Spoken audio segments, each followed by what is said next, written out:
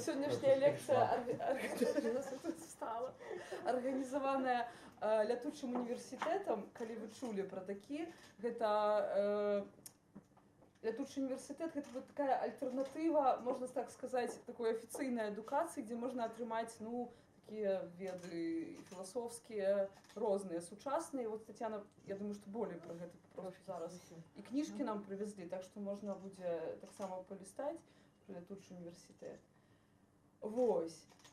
Той самы лятучы універсітэт Тацяна Вадалажская прывезла да нас Міхала Німпадыстава, графіка, дызайнера, культурнага дзеяча і да таго аўтара народнага альбома, які я вельмі люблю, якім я заслухалася там у канцы 90-х, так у пачатку 2000-х, і да сих пор мы яго п'ем і спяваем і слухаем. Вось. І я думаю, што гэта такі, не пра тое, што сёння будзе, але пра народны альбом, што гэта вельмі такі важны быў прадукт, мне здаецца, у Беларусі, да сих пор ён важны, і раз людзі яго спяваюць і слухаюць.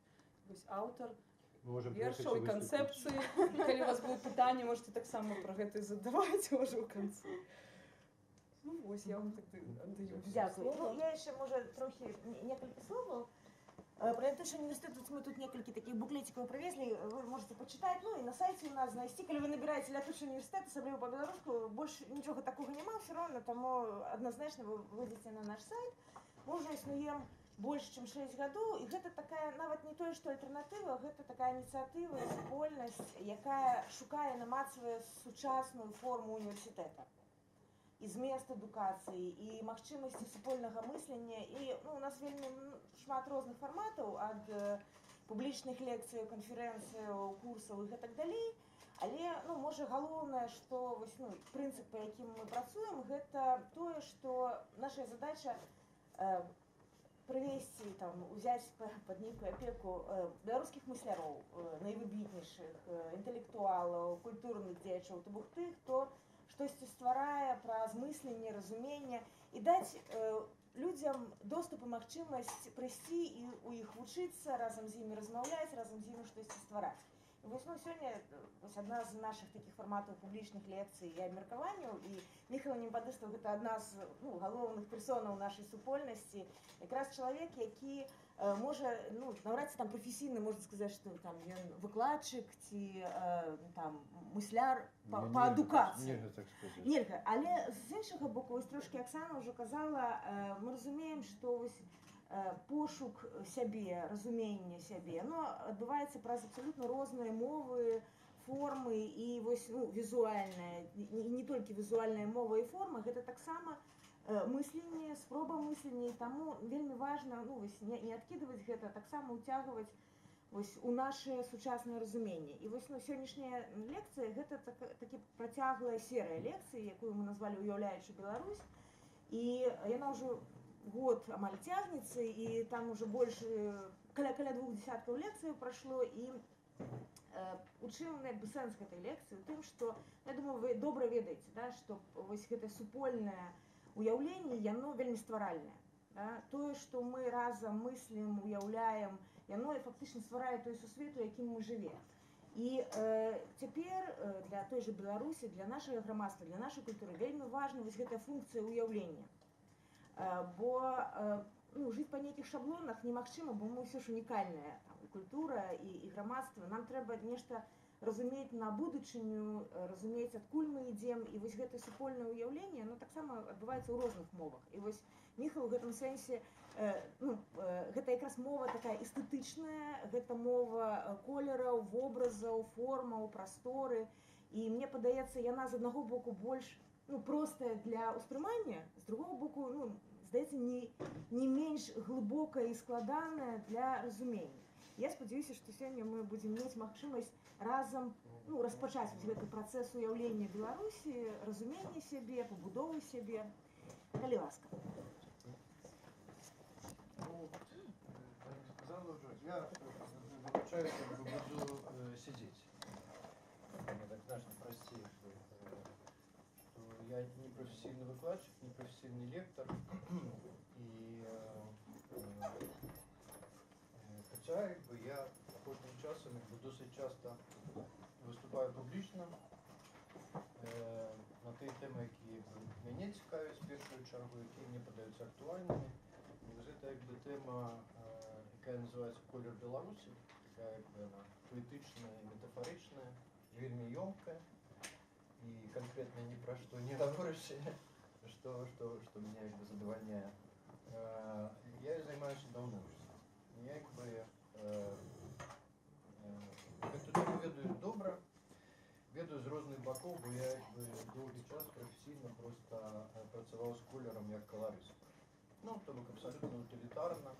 Это праца па падборы колераў для жылых памяшканняў, для інтэр'ераў, там, для экстэр'ераў.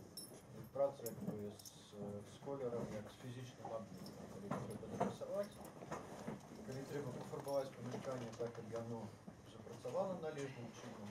Тут як бы у меня опыт, я в принципе сціплы чалавек, паверце, опыт як бы якраз у гэтай галіне каласальны. І працуючы з гэтымі фарбамі, а я працаваў як бы з такімі з дацкімі фарбамі, мы ў свой час як бы першыя беларусы паставілі гэту машыну, якая каліруе фарбы на месцы. Першыя пачалі прадаваць акрылавыя фарбы, això было ў 90-х гады. Працуючы як бы з гэтай фірмай там і пазней бы іншыя таксама выходзілі на горизонт, то нідзе як бы колер просто сам па сабе, як фізічная з'ява, якую мы бачым, не функцыянуе. Заўсёды да гэтага як бы ёсць нейкая падгрузка вербальная. У выглядзе пэўных гісторый, традыцый, гэтак далей. Там англічанаў, напрыклад, у іх падборкі рэкамендуемых колераў для экстэр'ераў, то бок для пафарбоўкі будынкаў звонку. Яна як бы адна з калекцый. Яна стваралася такім чынам, што яны стварылі там групу працоўную са спецыялістаў, група паехала па ўсёй Даніі, якая не такая ўжо вялікая. Яна мае як бы розныя рэгіёны, там выспы, адна выспа розніца ад другой, так гістарычна склалася. Вось яны паехалі, яны проста як бы фіксавалі вельмі дакладна з дапамогай там пробнікаў, якія ёсць такія прафесійныя, там вельмі шмат, яны дакладна зроблены, там пападанне адзін да аднаго. І яны проста фіксавалі гэтыя колеры у сваіх палявых нататніках. Тыя колеры, якія добра глядзяцца ў гэтым асяроддзі, вось у гэтым краявідзе і на гэтай архітэктуры. Пазней яны паехалі, як бы, напрыклад, яны паехалі першы раз летам, пазней яны паехалі восень, паглядзелі, як гэта глядзіцца, што глядзіцца добра восень у дацкім краявідзе. Пазней узімку, калі ўсё шэрае, у вёсну. І з гэтага ўсяго, са сваёй інфармацыяй, яны выбралі тое, што да гэтага краявіда, ў гэтым гістарычным асяроддзі, у гэтай традыцыі дацкай, яно працуе і пасуе. Што глядзіцца добра. І склалі такія як бы дапаможнікі для гэтых дацкіх маляроў, якімі яны там карысталіся і карыстаюцца. То бок вось яны вывучылі як бы сваю традыцыю, яны праверылі як бы на практыцы, і гэта як бы правільны падыход. В прынцыпе, ідэальна як бы так любая краіна павінна рабіць, і зараз як бы так шмат хто робіць. Ужо немцы як бы ствараюць такія гістарычныя падробкі, падборкі, там дзе ўсе гістарычныя колеры саскаваны з будынкаў, з гэтых слаёў тынковак. Зараз ёсць абсталяванне, якое дазваляе як бы нам мікраслой зняць і вельмі дакладна гэты колер узнавіць. І яны ўзнаўляюць колеры, якія рабіліся на аснове пігментаў натуральных з глінаў, там з вуглю і розныя такія вось гэтыя старажытныя пігменты, якія існавалі там у 16, 17, 18, 19 стагоддзі. У нас это, як бы, на жаль, як бы не развіта, як бы мы да гэтага яшчэ не дайшлі, як бы, ну, спадзяюся, што дойдзем, тым больш, што як бы, ну, зараз шмат дапаможнікаў проста як бы не нами прыдуманых, трэба проста іх взяць і выкарыстаць. Вось. Ну, апроч гэтага ўсяго яшчэ існуе, як бы, ну, і все гэта ведаюць, што колер як бы існуе ў якасці як бы пэўных вербальных сімвалаў, знакаў, невербальных сімвалаў, знакаў і камунікатыўных меседжаў.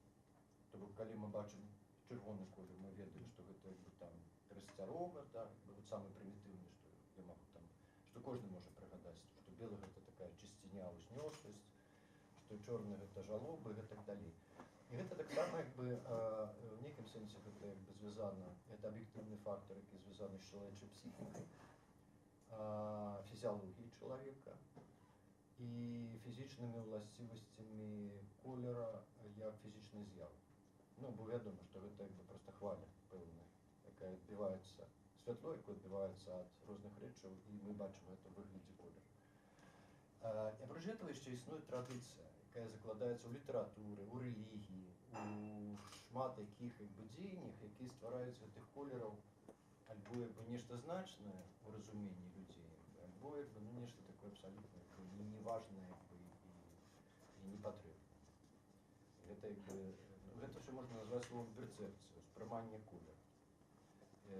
І ось то, що мене цікавило в цьому дослідженні, і що мене підштовхнуло до такого більш серйозного дослідження цієї теми. У нас є така в Білорусі видатна спеціалістка Леніна Миронова. Вона довгий час викладала в Академії мистецтв, вона спеціаліст якраз по кольорах, вона вела там цветоведение, такую дисциплину. Она написала несколько книжек, одна из них так называется «Цветоведение». Это был такой подручник для всех вузов мастацких в Советском Союзе в 80-х годах. Там іншої літератури не було на території Советского Союзу. По ее книзе учились и в Прибалтиці, в Москве, и в Питере, там и повсюду, в Киеве, Минске. І вона вельми добрий спеціаліст, і вона ось якраз апроч функціональних властивостей кольору, вона вельми шмат писала про символіку, про значення, про перцепцію цих кольорів у різних культурах. І там серед іншого така була і глава, яка називалася типи житла, або типи колористики, або колористика різних типів житла. І вона там розглядала буржуазно-міщанську колористику, яка властива буржуазно-міщанського типу житла. Ну, це, скажімо, ангельський стиль, да, який перегружене помешкання, де шмат речу, де дорогі породи дерева, де темні шпалери, де скури. Вона розглядала там японський тип житла, там, де наоборот минимализм, где все спрощено. На темнику и была такая картинка, которая называлась «Восточнославянский тип житла». И там я написала, и там было такое, а иллюстрации робил, до речі, до этой книжки Цейслер, тогда еще зовсім молодий, он только скончил, ці може ще не скончил на академії. И там такая драўляная некая хата, такие зруб в этой деревні, и посередине такое разнокольоровая яйка, писанка. Ну, і Миронова написала, що для усходньослав'янського типу житла ось характерна така, по-білоруську так не скажеш, там яркость, там цветистость, там ось витальность, все такое яркое, цветистое, витальное. У меня уже тогда возникло такой когнитивный диссонанс, модное слово, что абсолютно з моєго досвіду власного, білоруське житло абсолютно по-іншому виглядає. Нема там нічого яркого, цвічистого, вітального, все таке ширеньке. І пізніше ось досвід там і досвід з цими колористичними дослідженнями з інших країн. Ну, звісно, я вже інтуїтивно відав, що ніфіга там у нас не такий тип житла, принаймні в Білорусі. В ogóle усходньославянського типу житла не існує, тому що він вельми моцно розніться навіть серед цих трьох східнославянських народів, Україна, Росія і Білорусь. Це три абсолютно різні традиції. Ну і натурально, що для мене, як чоловіка, який живе в Білорусі, в принципі, в білоруській культурі, для мене було цікаво якраз все ж таки, як виглядає ось ця білоруська традиція. І в неї вельми просто є відказ, що вона якраз монохромна, вона безкольорна. Но мало ж це інтуїтивно, це треба ще ніяким чином доказати і знайти докази інших людей, спеціалістів в цій галині, знайти артефакти. Ну і ось це було для мене таким головним посилом. Другое, що мені, ну так само, це лежить на поверхні, що Білорусь – це одна з нешматліких країн, яка має у своїй назві колоруй, білий. Тому таких країн мало. І тут ясно, що задаючи питання, колір Білорусі, який колір Білорусі, що, звісно, він білий. Ну, можливо, а може бути і ні. Потім, ось це традиційне сполучення орнаментальне біле-червоне, що ну, ясно, що червоне так само сюди входить. А що ще? Я спробував об'єктивно підвести, наскільки в ogóle аб'ектыўнасць мажлівая на гэтым свеце. І разабрацца ўсё ж такі, што там уваходзіць вось гэтыя, якія колеры былі працяглы час любімымі у гэтай беларускай культурнай традыцыі. Гаворачы беларуская, ясна, што мае на ўвазе ўсё тое, што было на гэтай тэрыторыі перад намі. Хаця тады ніякай Беларусі не было, беларусаў не было. Было ўсё, што існавала на гэтай тэрыторыі, што яны любілі, якімі колерамі, як гэта ўсё выглядала. І заўсёды ў такіх гісторыях, і гэта абсалютна нелагічна з пункту гледжання навукі, но это абсалютна нармальна з пункту гледжання эмацыйнага і рацыянальна, вось там, дзе мы разважаем у катэгорыях нацыі. Нацыя гэта не навуковая з'ява, гэта хутчэй эмацыйная повесць з рознымі людзьмі, якіх ты не ведаеш, ніколі не бачыў, тым не менш лічыш іх чамусьці блізкім. Гэта эмацыйнае, моцнае эмацыйнае перажыванне. Так вось па ўсіх гэтых раскладах, што нацыя насуперак здароваму сэнсу не мае пачатку. Бо яна сваім пачаткам яна ўходзіць у так званую сівую даўніну, у часы пракаветнай, калі нічога не было. І вось там яна, любая нацыя, нават самая маладая, як беларусы, якія як нацыя ўзніклі ў 19 стагоддзі, яна заўсёды свае карані бачыць недзе сама глыбока. І заўсёды, калі ты такімі, што адкуль пайшло, то заўсёды хочацца залезці ажно туды, вось у самую, калі там яшчэ. І гэта можна зрабіць. І, в прынцыпе, гаворачы пра стыль, ввогуле я там даследую толькі колер. Но паколькі гэта такая універсальная з'ява, якая працінае наскрозь усе абсалютна сферы жыцця чалавека, то гэта атрымліваецца такое трансдысцыплінарнае даследаванне. І я міжволі, даследуючы колер, я залажу на тэрыторыю культуры і ў палітыку, і ў рэлігію, і ў тэхналогію, і адкрываюцца абсалютна нечаканыя ракурсы, які, скажем, при нормальным акадэмічным даследаванні дысцыплінарным, яны проста не будуць заўважаны. Яны адкрываюцца вось толькі на гэтых міждысцыплінарных перасеченнях. И что, да, я уже зубил думку. А так все хорошо, все так пригоже и шло. Вот. И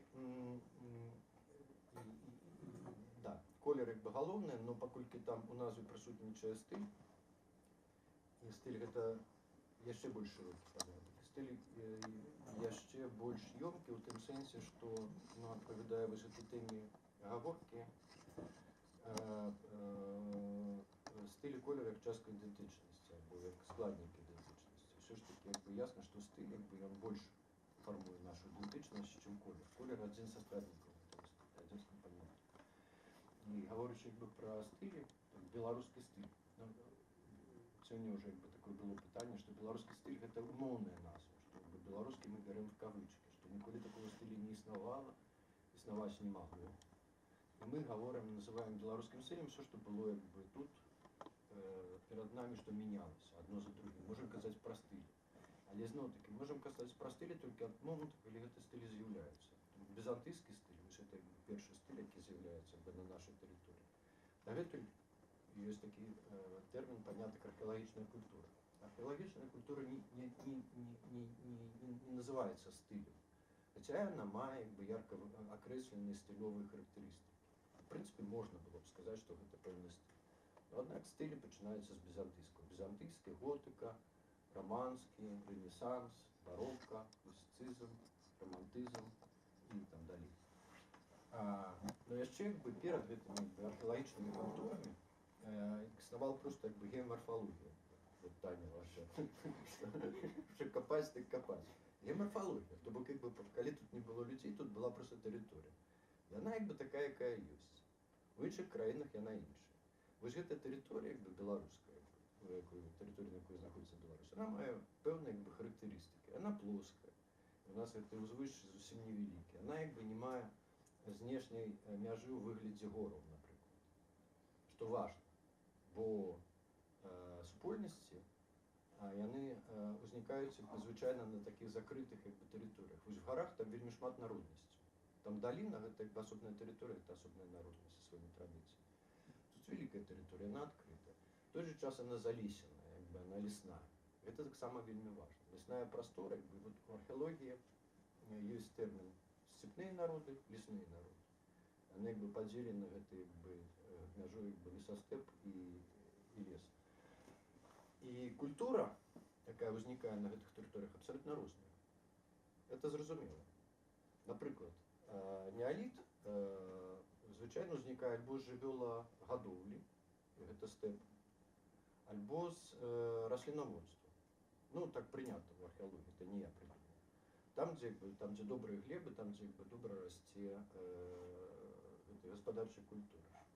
У свой час гэта таксама ўплывае на форму узнікнення гэтых першых супольнасцяў. Там, дзе расліны, там на невялікай тэрыторыі можа пражыць як бы вялікая колькасць людзей. Там узнікаюць скапленні людзей, ідзе інтэнсіўная як бы камунікацыя, і там пачынае як бы хутчэй развівацца культура. Ну, Грэцыя, напрыклад. Альбо там Паўднёва-ўсходняя Азія, там дзе рыс. Гэта вельмі прадуктыўная культура, там як бы великая колькость людей на маленькой территории. Яны коммуникуют, яны обмениваются думками, словами, как бы культура развивается как бы больш хуткими темпами. Жывёлагадоўля іншая, там как бы невеликая колькость людей, огромные территории, гэта скот пераганяецца и так далее. На Беларусі ні жывёлагадоўля, ні раслінаводства не з'яўляецца пачаткам неаліта. У нас пачаткам неаліта как бы з'яўляецца з'яўленне керамікі, то бок как бы аб'ектаў. Не дзейнасць, а аб'ект з'яўляецца пачаткам новага гэтага вітка ў гісторыі. Такім чынам, гаворачы там пра стылі, там пра артефакты, кераміка, першае, што на нашай тэрыторыі адрознівае нас ад папярэдняй эпохі, ад эпохі што там было перад неалітам, палеаліт. І гэта вельмі важна. Кераміка, і тут уже можна гаварыць і пра стылістыку гэтай керамікі, як яна выглядае, пра гэты стыль. Таксама вядома, што гэтай археалагічнай культуры, так званай, то, што называлася культурай, яны трывалі тысячагоддзі. Вось тысячагоддзі людзі лепяць адны і тыя ж гаршкі, шнураваную кераміку, яна абсалютна не мяняецца. Вот яны 1000 гадоў, адна і тая ж форма. Можна лепіць іншую. Гэта не складана, можна па-іншаму і дэкараваць. Яны этого не робяць, нічога не мяняецца. Так павольна развіваецца гэта цывілізацыя. Пазней і цывілізацыя культура на досыць высокім узроўні. Там з'яўляецца в эпоху бронзы вельмі цікавыя і складаныя ўпрыгожанні. Іх таксама шмат знаходзяць. Яны сапраўдныя творы мастацтва гэтага прыкладнага. Пазней 450, 450 і 500 год нашай эры, калі там адбываецца нашэсце гунаў, там гэта ўсё знікае. Тады прыходзяць першыя славяне, невядома адкуль. І вся гэта археалагічная культура, она беднее. Яна становіцца вельмі беднай. Там амаль знікаюць археалагічныя знаходкі. Тып жытла мяняецца, таксама людзі жывуць у такіх землянках. У той самы час адбываецца чарговы катаклізм прыродны, вада спадае, вельмі моцна спадае ўзровень вады, і паселішчы, якія былі пры вадзе, яны аказваюцца на такіх узвышшах аддаленых ад вады, па-іншаму пачынаюць іх выкарыстоўваць адпаведна. І гэта вось самыя пачаткі. Пра якія стылі тут можна казаць? Што там было цікава? Можна казаць пра гэта упрыгожванне. Проста я не буду зараз паказваць гэта асобныя тэмы. Але гэта тое, што можна рабіць стылі, што можна выкарыстоўваць. Гэта абсалютна такая недаследаваная рэч, як земляныя пабудовы. Яны будавалі вельмі складаныя земляныя канструкцыі. Гэта не было проста так, што па ўсёй Еўропе тады будавалася. Гэта земляныя халмы, насыпы, такія часам незразумелыя функцыі, дагэтуль незразумела, напрыклад, функцыі так званых балотных гарадзішчаў. Калі пасярод балот круглы, невялікага памера, з паднятымі гэтымі валамі утвараліся такія канструкцыі. Там няма ніякіх архаічных знаходак, там не прыносіліся ахвяры, там не жылі людзі. Нафіга гэта рабілася, незразумела. В той же час абарончыя гарадзішчы, вельмі складаныя, канструктыўна. І гэта, калі браўся нейкі прыродны холм, выбіралася з яго земля сярэдзіны, ставіліся драўляныя канструкцыі, напрыклад, па перыметры у два шэрагі, засыпалася гэтая канструкцыя ўнутры гэтай зямлёй выбранай, яшчэ звонку насыпалася, яшчэ абмазвалася глінай, і гэта ўсё ўтваралася ў такую абсалютна слізкую паверхню. І гэта вот, ну, на Беларусі іх вельмі шмат такіх збудаванняў. Яны некаторыя з іх вельмі добра захаваліся. Яны нават падахоўваюць дзяржаву, шмат якія з іх, некаторыя былі разрушаны. Но мы пра іх нічога не ведаем. І вось эту эстэтыку мы таксама не вывучаем. Што з колерамі? Што ў той час рабілася з колерамі? Тут вот таксама можна скарыстацца чужымі напрацоўкамі, вядома, і гэта даследаванні рабілі такія Берлін і Кай у Злучаных Штатах у 60-е гады. Яны зрабілі такую фундаментальную працу колеру гісторыі. І яны прааналізавалі усе пісьмовыя помнікі старажытныя, прааналізавалі жывыя мовы найбольш ізаляваных і прымітыўных племёнаў, якія на той час і на гэты час на зямлі існуюць. Прыйшлі да такой высновы, што ўсе мовы абсалютна аднолькава развіваюцца ў плане засваення колеру. Што ва ўсіх мовах без выключэння заўсёды першымі ўзнікаюць два колеры. Якія гэта колеры? Чорна-белы, да, чорна-белы. Прычым яны не чорна-белы ў нашым разуменні, яны таксама Берлін і Кай, яны прыйшлі да высновы, што бачанне колера фізічнае, яно таксама адрознівалася, што гэта тое, што маецца на ўвазе пад гэтым колерам, оно гуляла стагоддзямі. Чорна-белы, і там ясна, што гэта выходзіць з гэтых паняткаў светлы і цёмны. І яны на першым этапе яны амаль супадаюць з гэтым, пазней яны раздзяляюцца. Вось у Гамера ў яго існуе два колеры, чорны і белы. Іншых няма. Пазней трэці колер, які ўзнікае, таксама ва ўсіх культурах той самы, гэта чырвоны колер. І пазней ўжо ідзе ў залежнасці ад традыцыі, і тут розніца еўрапейская, азіяцкая розніца, узнікае альбо сіні, альбо зялёны, альбо жоўты. І таксама розніца ў еўрапейскай азіяцкай традыцыі, што ў азіяцкай традыцыі зялёны спалучаюцца з сінім, гэта адзін колер. А ў еўрапейскай зялёны з жоўтым. Гэта адзін колер. Гэта нават бачна аналагічна зел-жел, аднакарэннае слово. І вось што зноў-такі, што ў нас? Я, на жаль, і гэта відавочна недахоп. Я не аналізаваў, і ніхто, дарэчы, гэтым не займаўся на тэрыторыі Беларусі, ніхто не аналізаваў сур'ёзна тапонімы балтскія. Хаця, як вядома, амаль што ўся Беларусь гэта балтскія тапонімы. Маецца на ўвазе, гідронім. Бо з усіх тапонімаў найбольш старажытны гэта гідронім. Назвы гарадоў, вёсак, яны ўзнікалі пазней, а самае старажытнае, што мы маем, гэта назвы рэчак, азёраў, балот. Дык вось, я не перакладаў гэтай назвы, што это дзіка складана, это нават не ведаю, хто можа зрабіць, бо гэта не тая літоўская мова, зусім не тая літоўская мова, якой зараз яны карыстаюцца. Гэта павінен быць спецыяліст па гэтых старажытных балцкіх мовах. Але вядома, што славянскія гідронімы і славянскія тапонімы найбольш старажытныя, яны у нас, в прынцыпе, абмежаваны словамі чорны, белы, іх вельмі шмат на Беларусі, сіні, узнікае такое таксама, досыць багата гэтых сініх, і красны.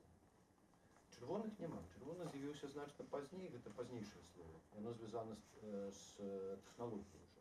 Вось першапачаткова гэта красны колер. Так што тут мы можам таксама сказаць пра гэта мінімум 4 колеры, якія у гэтай старажытнай мясцовай традыцыі ўзніклі. Гэта чорны, белы, красны, у сэнсе чырвоны, і сіні. Калі з белым, чорным, здаецца, ўсё ясна, і тады, можа там глядзець этой карцінкі, то з красным незразумела ўсё ж такі, што за колер меўся на ўвазе пад гэтым красным колерам, ці чырвоным у нашым цяперашнім разуменні. Бо у нас накладаецца гэта расійскае красны, і мы аўтаматычна лічым, што ці гэта ўсё ж такі зялёны колер. Бо лето красное, а яно не красное зусім. Весна красна, а яна не красна, як мы ведаем. І в беларускай мове ёсць такое слово там красавацца, красаваць. І красаваць гэта значыць цвісці. Вот цвісці як бы па-беларуску не скажаш, як бы вот заўсёды пішаш там зацвілі цветы. Я адчуваю, што это гвалт какой-то. Закрасавалі. Вот слово красавалі, вось это працэс як бы гэта вот цвіцення. І калі яны закрасавалі, то як бы ну зноў такі пытанне, што вот, зелёны гэта мелася на ўвазе, ці чырвоны колер, ці гэта ўвогуле як бы вот разуменне колеру ў цяперашнім разуменні. Ці гэта, скажем, нешта такое, што паміж чырвоным там і зелёным кладзецца. І гэта таксама як бы ну не такая унікальная беларуская сітуацыя. Бо, напрыклад, як бы еўрапейская традыцыя блытаніна з блакітным і жоўтым. Blue і yellow гэта як бы словы перавёртыш. Гэта як бы таксама вось два апазітных колеру ў спектральным поле, якія як бы расклаліся. І ў іх яны мяняліся значэнні. Ёсць яшчэ як бы таксама там ужо ў 15 стагоддзі, калі паўставала геральдычная традыцыя, калі гэты колеры распісваліся, што кожны колер азначае ў гэтай геральдычнай традыцыі, там яны таксама вельмі доўга блыталі верде як найменнік чырвонага, як найменнік зелёнага. Так што тут як бы вось гэта як бы зелёнае і чырвонае, яна як бы ну не такое ўжо дзіўная эта сітуацыя. Ну так ці інакш, як бы вось у нас гэта красна ёсць. Ну і лічыцца, што хутчэй за ўсё, што гэта чырвоны колер, і ну схільны лічыць, што відаць так яно і было. Хаця вось як бы ну такі як бы сумневы. Сіні. Сіні колер, ясна, што як бы не той сіні, які мы зараз маем пад на ўвазе, як бы пад гэтым сінім колерам. Сіні колер гэта хутчэй такі халодны, шэры і халодны чорны. Гэта як бы цёмны халодны колер. Этымалогія такая, як бы, што сіні колер гэта колер таго свету. І таксама вось я ўсё ж такі не выпадкова пра гэты лес, што вось лесная псіхалогія леснога чалавека, ці як грамадства, як погляд прастора, як бы у лесной, як функцыянуе прастора, як успрымаецца прастора, якое прасторавае ўяўленне у людзей лесу. Яна як бы розніцца ад прасторавага ўяўлення людзей стэпу, дзе ўсё адкрыта, дзе мы бачым далягляд, дзе мы бачым неба, бачым землю. У нас як бы абсалютныя катэгорыі: верх-низ, земля, неба, праўда, хлусня, добро, зло. В лесе такого нема. Там все пераблытана, там крывалінейная прастора, там нема простых шляхоў. А беручы пад увагу, што эта тэрыторыя пакрыта лесамі, і можна перасоўвацца толькі па рэках, які плывуць вось так, то вось гэтая крывізна, яна вельмі важная. Крывізна вельмі важная ў паганскай міфалогіі. Там вельмі, вы ведаеце, там крывы-крывейты, там крывічы, якія, ну, хутчэй за ўсё не ад крыві пайшло, а менавіта ад крывізны. Гэта крэва, як адна са сталіцаў першых. Крывізна гэта як бы сакральная як бы катэгорыя. Там няма прасталінейнасці у гэтага паганства лесных народаў. Там няма як бы ярка выражана як бы праўда. І няма як бы абсалютнага зла. Там все як бы добра у свой час і на сваё месца. Это вось як эта казка про 12 месяцаў. Ну усе хорошыя, калі яны як бы ў свой час. А калі як бы збіўка адбываецца і не ў свой час, тады як бы узнікаюць праблемы. І таму як бы тут як бы няма вось гэта як бы абсалютна такой вот негатыўнай канатацыі ў дачыненні да таго свету. Ён проста іншы, ён не наш. У дачыненні да нашага свету ён як бы наш, ён белы, ён заўсёды белы. Ён як бы ва ўсіх гэтых тэкстах традыцыйных свет які свет белы. Гэта як бы наш свет. І вось сіні ён гэта вось адтуль. Таму сінія горы, сінія лесы. Ясна, што яны як бы не сіняга колеру, яны візуальна не могуць быць сінімі. Гэта як бы маркіроўка як бы сакральная. З чорным колерам тут не зусім все ясна. Чорны колер падобны на тое, што ўвогуле як бы такой канатацыі негатыўнай не мае. Ён як бы нават не суадносіцца як бы з тым светам. Сіні так. Дарэчы, шмат якіх еўрапейскіх культурах. І гэта працягнулася аж ну там да сярэднявечча і зараз, што як бы у якого колеру вопратку носіць мах. Сіні, блакітны. Сіні. Сіні колер гэта колер магаў, колер чарадзеяў. І яшчэ як бы тут да гэтага як бы накладаецца тое, што шмат які народ еўрапейскі, такое ўражанне, што ўсе, апроч вось этого антычнага свету, яны ў якасці баявой фарбы выкарыстоўвалі сіні колер. Это вось фільм с Мелом Гибсоном, вы можете были здесь. Это как бы вербена, это вайда фарбавальная, такая расліна, яка розповсюджена по всій Європі, і прозвище вайда так само вельми розповсюджено в різних мовах. І ёй карысталіся бріты до приходу римлян. І одно з назваў брітаў, там ведаеце, пікты, такой загадкавы народ пікты. Ніхто не ведаў, хто такі пікты, пакуль нехта як бы такую просто не кінуў гіпотэзу, што пікціс на латыні гэта фарбаваны. І што пікціс, альбо пікты, гэта просто як бы лацінская назва вось гэтых брітаў, а бріты гэта сама назва. А тое, што яны фарбаваліся, гэта вядома, гэта шмат разоў апісана, іх оргій, калі яны там все в сінім колеры аргіравалі і ў якасці баявой расфарбоўкі. Тое ж самае рабілі германцы, гэта таксама шмат разоў зафіксавана. І першыя узгадкі пра балтаў, прусаў, што я не памятаю, но яна як бы шырока цытуецца, можа быць, нехта там сутыкаўся, што мужчыны іхняго высокого росту з белымі валасамі і сінім колерам скуры. И многих это доследчиков как бы завозило в тупик, что что-то как-то яны побелели резко. Ну, хоча за все, что гэта вось альбо татуіроўка, хотя татуіроўкі як бы тут не рабілі, а вось этой расфарбоўкі расліны. Так. Так вось это як бы, ну, гэта сіні колер, ён як бы выкарыстоўваўся в якасці баявой расфарбоўкі. Ну і далей там просто як бы відаць уже пяройдзена. Я не ведаю. Да, и ну відаць як бы такое самое важное я сказал. Да, и можно до конкретной картины попробовать провести. Ну, я, конечно, нечто забылся, но я пригадаю уже завтра. А як это все тут освежить, тут у меня? Вам освежить? Освежить меня, да. Вам треба освежить. Потому что Вова ничего не зашел. Заснул. Нет, все.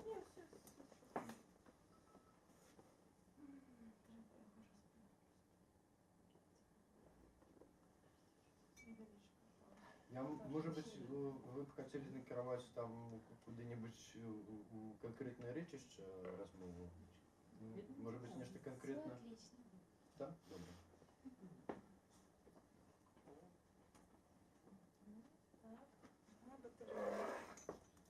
Могу, да, уже? Я тогда с этого белого черного и почну. Что это сапраўды и вырубать. Что гэта сапраўды будуць не арыгінальныя, бы все праз гэта прайшлі. Но у нас гэта захавалася аж до 20-го стагоддзя. Гэта чорна-белая каларыстыка, і гэта ну, ў нейкім сэнсе гэта унікальна ну і цікава. Дзе яна захавалася? Яна захавалася перш за ўсё на захадзе Беларусі.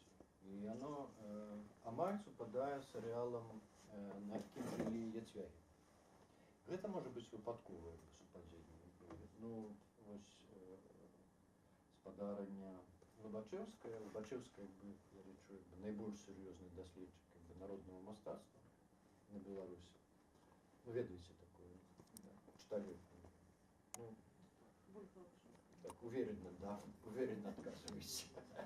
Ну, почитайте. Ольга Лабачэўская, вельмі сур'ёзны даследчык на вельмі высокім узроўні. Яна як бы таксама як бы лічыць, што гэта цалкам мажліва, што гэта вось гэтыя яцвяжскія рудыменты. Чаму? Яцвягі такая вельмі загадкавая народнасць, нічога пра іх не вядома, амаль што няма ўзгадак у крыніцах пісьмовых. Вядома як бы тое, што яны былі вельмі ваяўнічымі. І все крыніцы абсалютна узгадваюць эту іхнюю ваяўнічасць, і што яцвяг за гонар і за шчасце, за мэту жыцця он меў загінуць у баі, калі ён адзін супраць там 5 ворагаў. Ну і ў выніку як бы яны так все бару сваю гэтую ажыццявілі, і апошнія яцвягі яны мігравалі. Ну, вот вядома, што яны жылі на тэрыторыі умоўна, якая супадае з Белавежскай пушчай, і ўсімі гэтымі пушчамі, якія цягнуць ажно туды ў Літву. Раней гэта быў такі адзіны каласальны лесны масіў, які ўжо як бы ў тыя часы, у раннім сярэднявеччы, ён ужо як бы уяўляўся, ён уже тады быў выключным, як бы непраходным. Там няма як бы вялікіх рэкаў. там вельмі складана як бы перасоўвацца. Бо вся каланізацыя Беларусі, от нотабэна славянамі, яна адбывалася як бы па рэках. Перш за ўсё, гэта Днепр і Прыпяць. І першае, што было каланізавана, гэта Прыпяць, басейн Прыпяці. Гэта Дрыговіч. І там як бы найстарэйшае, вось тое, што мы маем, з арнаментыкі, там, з каларыстыкі, са строю, з фальклору. Найстарэйшае і найбольш як бы такое старажытнае, гэта як бы Палессе, заходняе. Нават, вот, калі браць з Палесся, то заходняе Палессе. І Днепр, вот, другі кірунак. Вось два асноўных кірункі. Як бы, і на Днепры там як бы шла каланізацыя з двух бакоў, там уже крывічыку зверху, тут радзімічы яшчэ падключыліся, і там ёсць такая пэўная фрагментарнасць, што там як бы адна вёска, яна, напрыклад, як бы прадстаўляе такі як бы нейкія атогалаўскія культуры дрыгавічоў, іншая радзімічаў. Яна праглядаецца ў арнаментыцы. У рушніках, напрыклад, це ўсё бачна. Там ёсць як бы пэўныя племянныя маркеры. А вось як бы тэрыторыя як бы цэнтральнай Беларусі і заходняй Беларусі, яна як бы, ну, славянамі была вельмі позна заселена. Вядомы факты, што як бы жылі як бы балцкія племёны, і тым ліку гэта як бы загадкавыя яцвягі, пра якіх нічога не вядома, невядома нават іхняя сама назва. Мы не ведаем, як яны себя называлі, бо яцвягі, ячвінгові, па-літоўску Йотвінгай, гэта ўсё назвы, якімі іх называлі суседзі. Па-літоўску як бы Йодас гэта чорны, Йодвінгас гэта ятвяг. Ну я не ведаю, ці гэта этымалагічна неяк як бы звязана. Літоўцаў я пытаўся, літоўцы кажуць: нет, ну что ты там, Йодвінгас это человек на коне.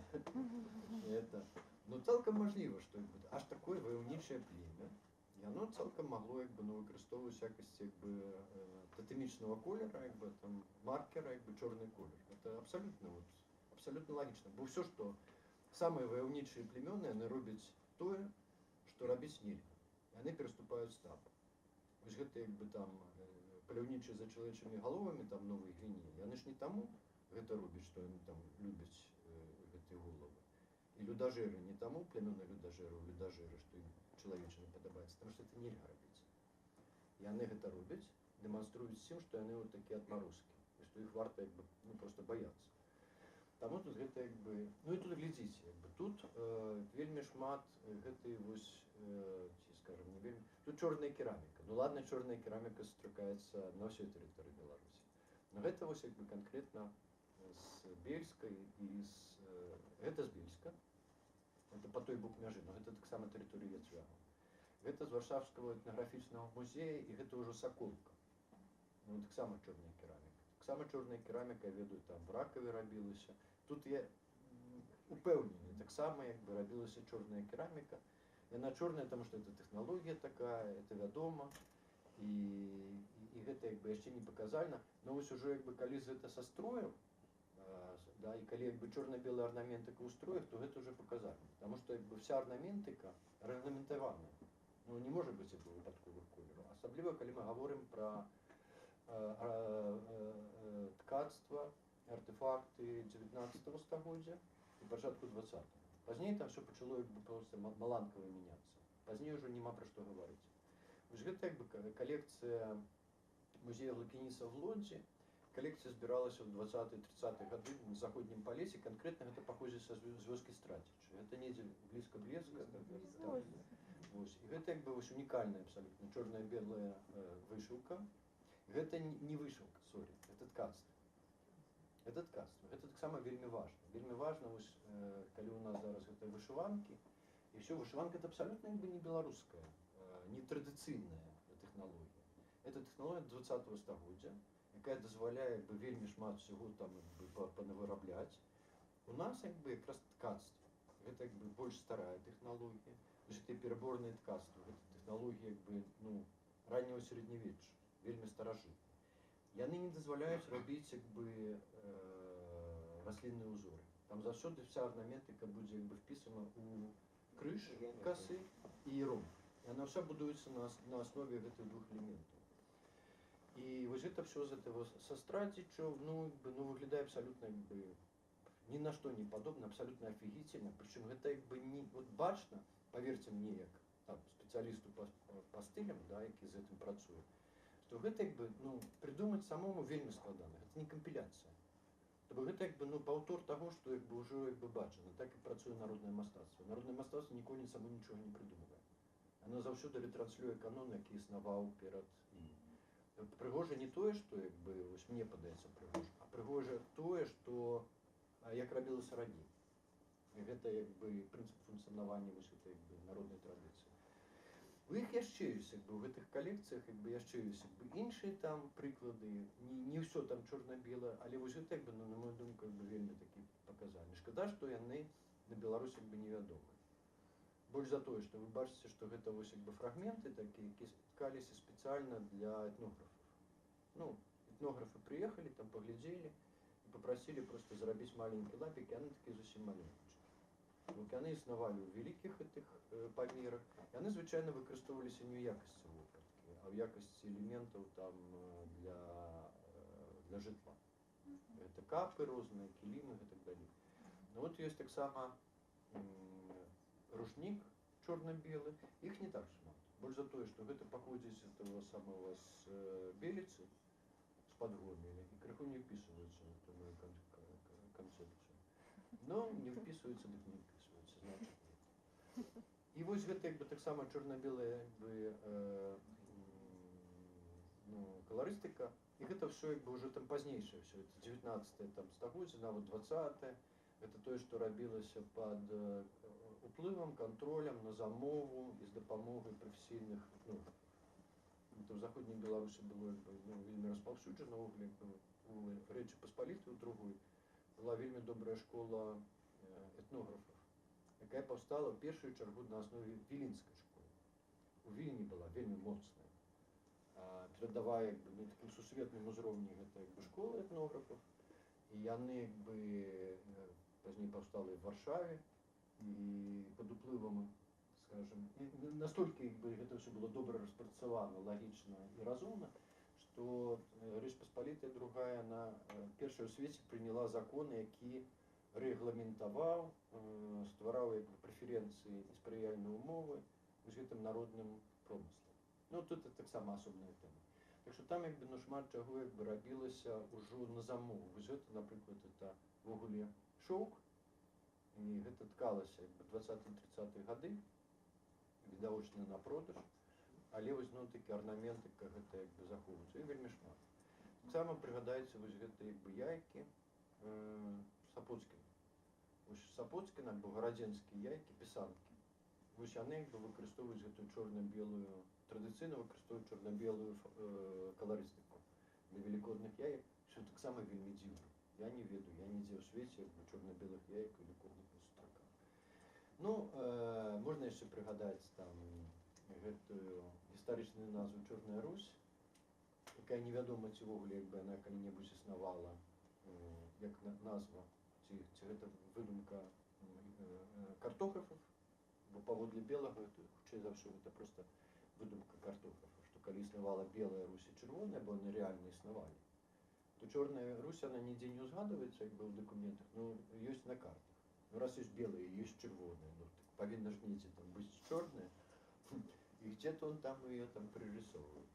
Ну, і Чорная Русь супадае якраз вось як бы з гэтымі землямі, з месцамі, дзе жылі яцвяні. Ну, потым яшчэ Новаградак, у якога на гербе чорны анёл, што таксама абсалютна нонсенс з пункту гледжання хрысціянскай сімволікі. Ну, не можа быць анёл чорны, а там чорны.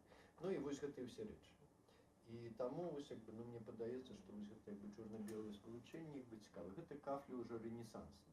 У часы рэнесансу было таксама такое чарговая рэабілітацыя гэтага чорна-белага спалучэння. Гэта звязана з рэфарматарствам і з рэфарматарскай эстэтыкай, калі ўсё павінна быць чыста, проста, мінімальна, тое, што мы любім. І ну, для рэнесансу гэта ў строях рэнесансных гэтых всіх. Ну і бачым, што некаторыя краіны, якія успрынялі гэту рэнесансную эстэтыку, разбудавалі і пазней пабудавалі на ёй сваю ідэнтычнасць, такія як Швецыя, Данія, там, Вось у іх як бы там все вельмі добра з дызайнам, і дызайн ужо як бы частка іхняй ідэнтычнасці.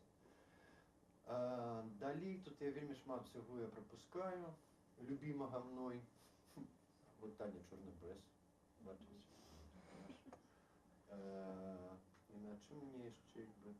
Я таксама кулінарыю все пропускаю, что хотя вот, ну як не сказаць тут, что як бы, ну, молоко, да, якое белое, что у нас як бы вот важны, вельмі важныя в нашай культуры прадукты, яны як бы вось упісваюцца ў гэтую гаму. Я разумею, што гэта прыцягнута за вушы. Но моя задача як бы не толькі як бы навукова гэта все показаць, а просто як бы яшчэ абудзіць пэўны як бы сентымент. Ну, молоко, конечно, як бы, ну, вельмі важна для беларускай культуры. Я не ведаю, вот іншых краін, ну, можа, літоўцы яшчэ, вось для якіх молоко было б так важна. Це ж нідзе вот у свеце, а таксама з молоком, што ведаеце, што ж молоко як бы, ну, не могуць піць паўднёвыя народы. У іх няма просто гэтых бактэрый у страўніку, якія могуць перарабіць молоко. І молоко, тое, што мы п'ем молоко, гэта як бы вынік эвалюцыі. І спачатку як бы людзі, якія прыйшлі на поўнач, яны спачатку як бы выпрацавалі гэтую бактэрыю там у страўніку, якая можа спачуваць. І толькі праз некалькі тысячагоддзяў яны пабелелі. То бок малако гэта больш важнае, чым колер скуры і валасоў. Ну і яшчэ у нас там як бы тое, што у нас мужик як бы прыходзіць там жорстка, як бы выпівае 3 літры малака, это абедзік у яго такі. Тое, што у нас філаматы, філарэты ў якасці такого рытуальнага напоя, яны абралі малако, яны на сваіх, ну, не філаматы, філарэты, а філаматы канкрэтна. Яны на сваіх тайных зборішчах пілі малако. І от можна зрабіць бренд такі, малако філамату. Потым, як бы, вось гэта вельмі цікавая тэма. Я не тут, я, можа быць, не туды просто залажу, бо я так просто, мне трэба спыняць. Вось гэта клінковыя сыркі таксама. Ну, яны, на жаль, як бы знікаюць зараз. Ну, таксама як бы вельмі цікавая рэч, што яны робяцца як бы у мяшэчку, як вы ведаеце, тэхналагічна. Кожны мяшэчак мае тэхналагічны шоу. Вось ён. Кожная гаспадыня мае такі мяшэчак у вёсцы, які нельга пазычаць суседзям. Нікому нельга пазычаць гэты мяшэчак. Мяшэчку застаюцца бактэрыі кісламалочныя, якія спрыяюць больш хуткай фармаванню вось гэтага клінковага сыра. Таму кожная сям'я жыве як бы са сваёй гэтай бактэрыяй сямейнай, якая перадаецца з пакалення ў пакаленне. І мяшэчак ад сыра гэта рэч сакральная, яна перадаецца ад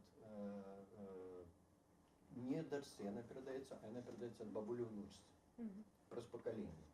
І таксама як бы у каталіцкіх сем'ях перадаецца праз пакаленне ружанец ад бабулі да ўнучкі, а суседзям нельга даваць. І паколькі кожны як бы такі мяшэчак мае унікальны шоу, то кожны сыр мае як бы свой шоу. І там, напрыклад, на купалле, калі вось гэты сыр як бы з'яўляецца іх шмат, і іх як бы выкарыстоўваюць там за гэтай загульнай як бы гэтым пачастункам, калі адзначаюць купальню, то кожная гаспадыня можа па шву пазнаць свой сыр. І гэты шов, вось гэты малюнак шва, ён як бы унікальны, он такі як бы штрих-код, такі як бы прота-штрих-код. Ну і я вот, у меня просто был проект, я здымаў гэты як бы апошнія клінковыя сыры на Беларусі. Іх зараз уже, здаецца, ввогуле ніхто не выпускае. Бачылі вы калі-небудзь продажу у крамах іх? Продаются государственные. Пластики. Я уже не бачу. Але по форме. Ну яны уже штучныя, яны уже просто слеплены тварог. Так, у пластику такі, але форма захавалася. Слушайте, ну это же две большие розницы. Тут же як бы марля, ну яны розныя па смету, іх же як бы, ну заходняй Беларусі іх заўсёды сушылі. Іх подсушивали в печи, их натирали там чесноком, разными хменами, засушивали до такого стану, что можно было цвікі забивать. Ну, хлеб так само. Житний хлеб чорний, ну так само, ну гэта, конечно, такі рэчы выпадковыя, я разумею, да? І да колеру, да фарбаў гэта не мае значення. Но гэта частка культуры. І вельмі важна. І далей вось гэта як бы спалучэнне гэтых прадуктаў, да, базовых подставовых с текстилем. Это самое такое сакральное взаимодействие, что хлеб прикрывается вот этой чистой однучкой, чистой как бы там рушничком, что он кладется как бы на этой обрус. И это вот здымок, до речи, вот оригинальная хата, это не Скансен, это не не пастановачны здымак, это вот рэальна як бы ну вясковы хаце я зняў гэты хлеб. Хлеб на Рачанскай там лежал. Ну, сало я не буду просто вас тут это самое. Корени, да. Тут ладно, я теперь выйду в эту самую, потому что тут мне почне заносить непотребные. Да, и текстиль, ежа. Вось яшчэ як бы важная такая цікавая рэч, як бы зіма, да, як бы лічыцца, што ну, Беларусь белая, там што у вас снег, тут это самае. І все ведаюць пра гэтых эскімосаў, у якіх 200 назваў белого колера, таму што і шмат снега вакол. А недавно я читал артыкул, где была отслежена як бы гэтая памылка, адкуль яна пайшла, што была брошюра, што эскімосы як бы там все, і у іх там они достаточно развитый народ, и у них 5 названий для снега. Достаточно развитый народ, у них 5 названий для снега. Там наступная эта брошюра, там уже обдрукоўка там 25, там потым 55. И вось гэта даследчыца, она все гэты як бы обдрукоўкі собрала, и там вот апошні уже там 250 назваў колера снега, хотя такого нема. И наяўнасць снега абсолютно не означае, что он присутнічае ў культуры, что его ввогуле як бы заўважаюць. У нас няма ніводнага портрета, ніводнага абраза няма, ніводнай згадкі як бы пра снег у візуальным мастацтве. Вось паглядзіце, як выглядаюць гравюры 17 стагоддзя такого Александра Тарасевича, такие 17 стагоддзя. І он вядомы гэты гравёр і графік, шмат чаго ілюстраваў, там святое пісанне ў тым ліку. Ён стварыў такі разарыум, гэта 12 месяцаў ілюстрацыі. Вось так паводле Тарасевича выглядае, ну, не ведаю, это люты, ці гэта студзень, ці снежень, неважно.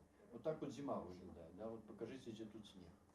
Я тут снега абсолютно не бачу. Мужчины в коротких штанах там разгуливают. Вось гэта таксама, у яго так зима выглядае. Бо ён у 17 стагоддзі просто снега не заўважаў. Прынамсі, як бы маляваў вось гэта, як бы, ну, реалістычныя абсолютно краявіды без наяўнасці снегу. Это уже іншы Тарасевич, это Лёнік Тарасевич з Беластока, які уже снег заўважае, у яго такі просто гениальны абсолютно, вось, на мою думку, раля такая, да, вось это Віцебскі музей ён рабіў. Ён вывучае гэты прыродныя структуры, мінімалізуе іх і робіць з іх такія як бы просто нейкія структуры ўжо не фігуратыўныя. Ну і это таксама асобна. Зараз я просто што забыўся, як выходзіць у агульнае меню. Вось. І тут можна паразважаць ввогуле, як выглядае беларуская зіма. Потому что мы ведаем все, як русская зима. Ух, русская зима. Такая, ща там. Кустодиев, это русская зима, да? Альбо фильм там «Сивильский цирюльник», там вось Михалко уже сродкамі кинематографа вось вельмі добра рэканструюе гэту эстэтыку Кустодиева і там іншых как бы расійскіх мастакоў 19 стагоддзя. А беларуская зіма, яна як бы незаўважная, хаця яна як бы мае свае ўласцівасці, і з ёй можна рабіць таксама, ну, бренд у нейкім сэнсе, толькі яе трэба як бы засвоіць. Ну гэта таксама асобная тэма. Бо японцы з усіх гэтых пор года яны зрабілі свой нацыянальны бренд. Восень у іх нацыянальны бренд, зіма гэта нацыянальны бренд, весна нацыянальны бренд, все у них. І гэта абсолютно нормально, абсолютно як бы, ну, натуральна, я б сказал. Бо шмат чаго як бы натурального мы не робім, і наадварот як бы живем як бы абсолютно какими-то ненатуральными конструкциями. Текстилі. По текстилях, ага, вось текстилі. Роля текстиля. Што ён як бы, ну, шматлікія сакральныя функцыі. Вось текстиль як бы таксама варта сказаць, як бы, да, туды як бы паглыбляючыся ў самыя глыбіны, што ва ўсіх культурах першабытных, альбо найбольш архаічных, што чалавек пачынае усведамляць, асэнсоўваць і вербалізаваць складаныя абстрактныя матэрыі пасля таго, як змадэлюе іх у працы. Што як бы, вот час як бы немажліва зразумець ніяк, пакуль вы яго не змадэлюеце. Прастору немажліва зразумець, это занадта складана, пакуль вы яго не змадэлюеце. там форма творчасць альбо як бы ввогуле як бы сам факт стварэння вы не можаце не ў стане зразумець, пакуль вы не змадэлюеце. Таму як бы кераміка, лепленне з гліны, яно з'яўляецца як бы штуршком і мадэляваннем, разважаннем наконт формы ўтварэння і ввогуле стварэння, як чалавек стварыў сусвет і чалавека з гліны. Час мадэлюецца на ткацтве, і прастора мадэлюецца на ткацтве. І прастора як бы, і час у традыцыйных культурах яны паміж сабою звязаны. Час і прастора яны як бы в адным вымярэнні. І ў гэтым сэнсе вось як бы ткацтва, вось гэта нітка, кудзеля, якая намотваецца, якая мае як бы вымярэнне як бы фізічнае ў выглядзе метраў, і адначасова як бы часавае вымярэнне у выглядзе як бы затрачанага часу на гэта. Яно як бы дапамагае чалавеку змадэляваць і зразумець вось такі складанай катэгорыі. Таму як бы тэкстыль ён як бы перанасычаны нават вось гэта як бы семантыка. Там, скажем, сувой у традыцыі беларускай, і не толькі беларускай, гаворым проста пра беларускую. Сувой гэта ввогуле лёс. Сувой гэта як бы скрутак матэрыі, якая скручана вось так спіральна. Гэта лёс, што гэта як бы все наше жыццё. Гэта і наша дарога, і гэта нашы гады, якія наперадзе. І все будзе добра, толькі нельга разгортваць. Што нам не дадзена гэта. І ва ўсіх казках, што все окей, пакуль нехта не разгарнуў гэты сувой, каб не паглядзець, што там у канцы. Тады ўсё там руйнуецца. І таму як бы тэкстыль вось здавалася чым самы прымітыўны. А зноў-такі самы прымітыўны тэкстыль гэта тэхналогія, все адно. То бок гэта каласальны такой цывілізацыйны скачок.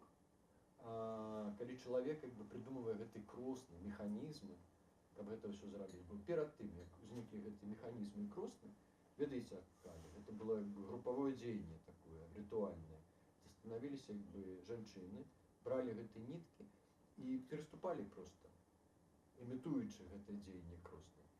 Перад тым, як з'явіліся кросны, было гэта групавое дзеянне, якое патрабавала як бы зладжанасці, і гэта ці гульня, ці гэта як бы сакральнае дзеянне, ці гэта як бы тэхналогія, тут цяжка сказаць, гэта ўсё разам.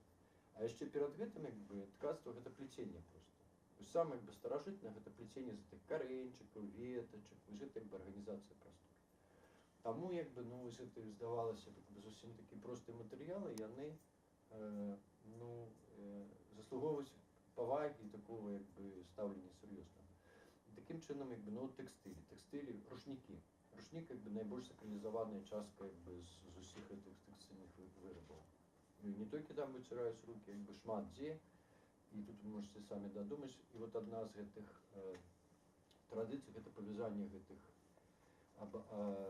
абракальных рушнікоў на крыжы.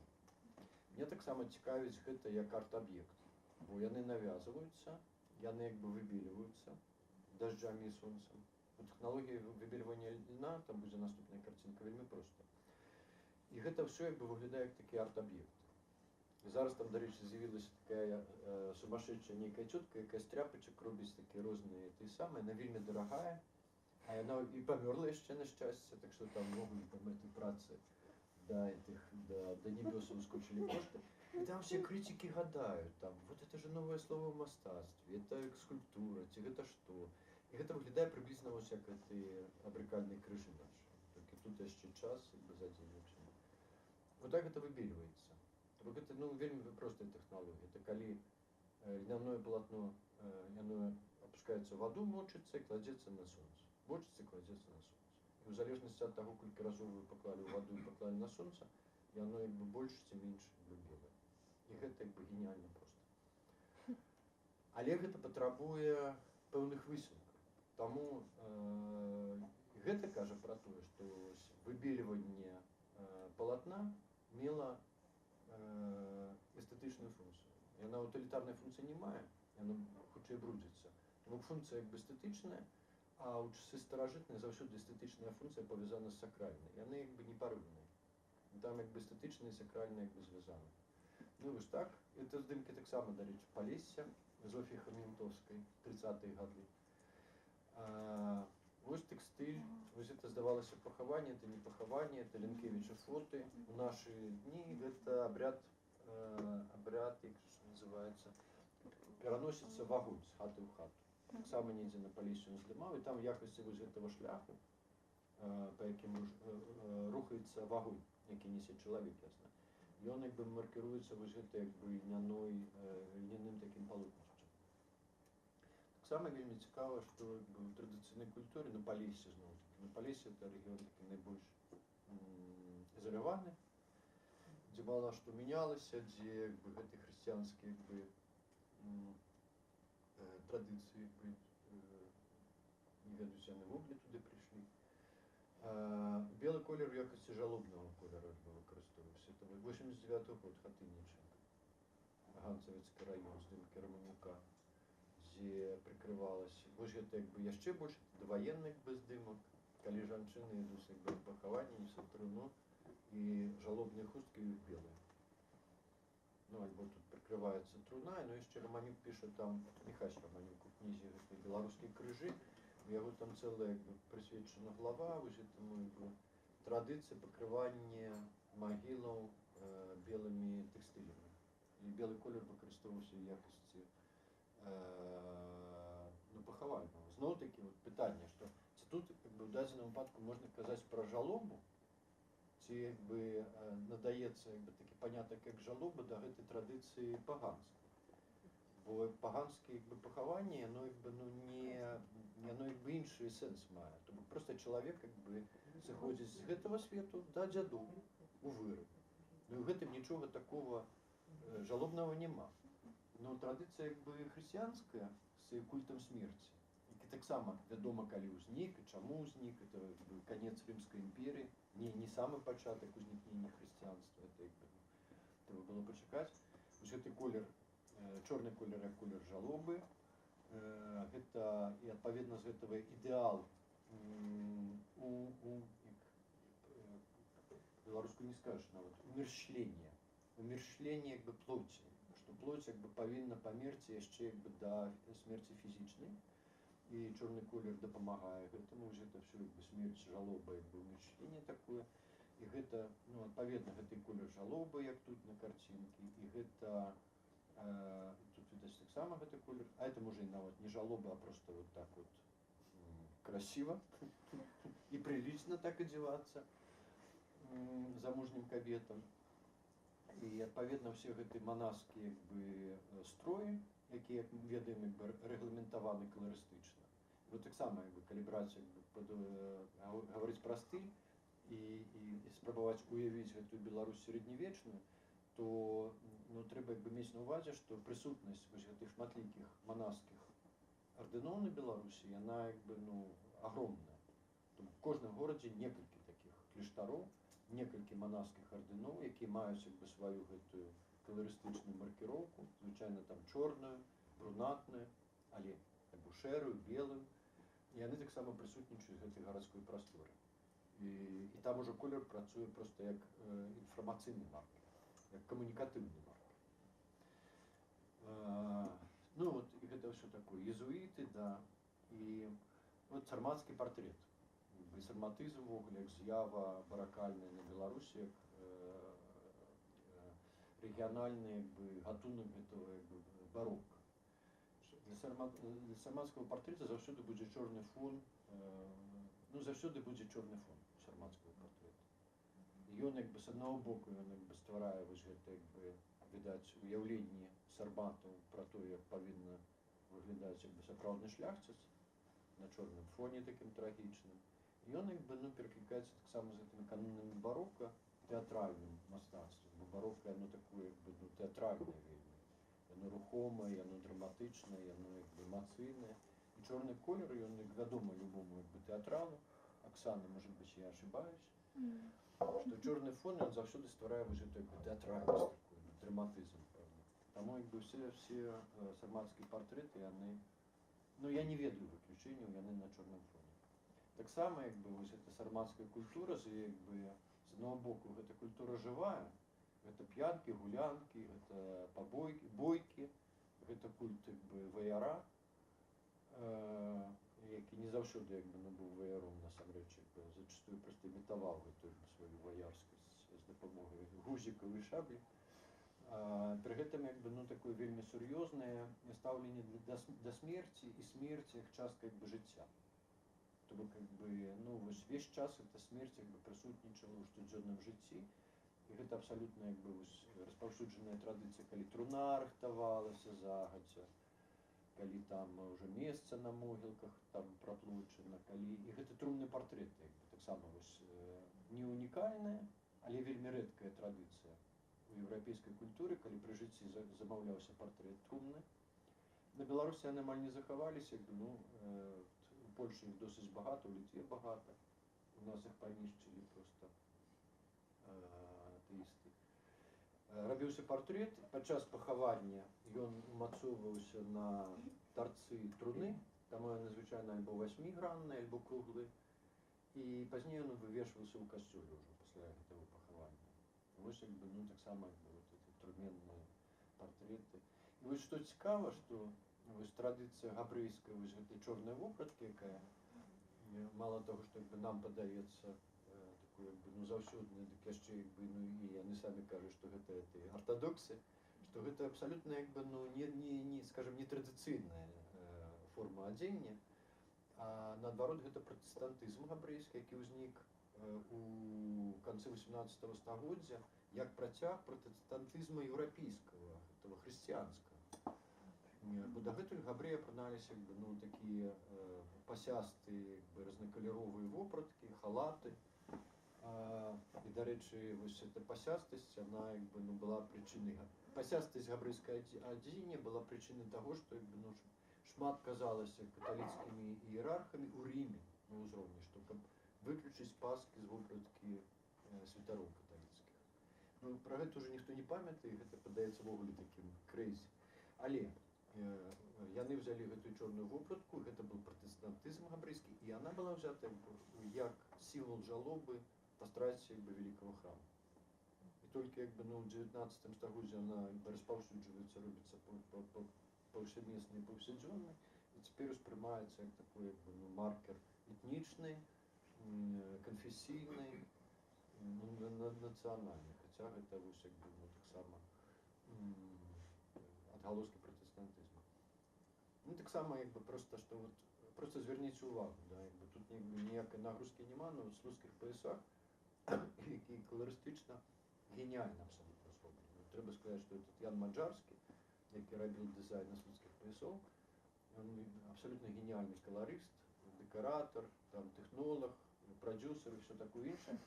Таму што ну пасы кантушовыя яны на шмат такіх мануфактурах рабіліся, не толькі ў гэтым Слуцку, не толькі слуцкія паясы вось сапраўды як бы творы мастацтва еўрапейскага ўзроўню.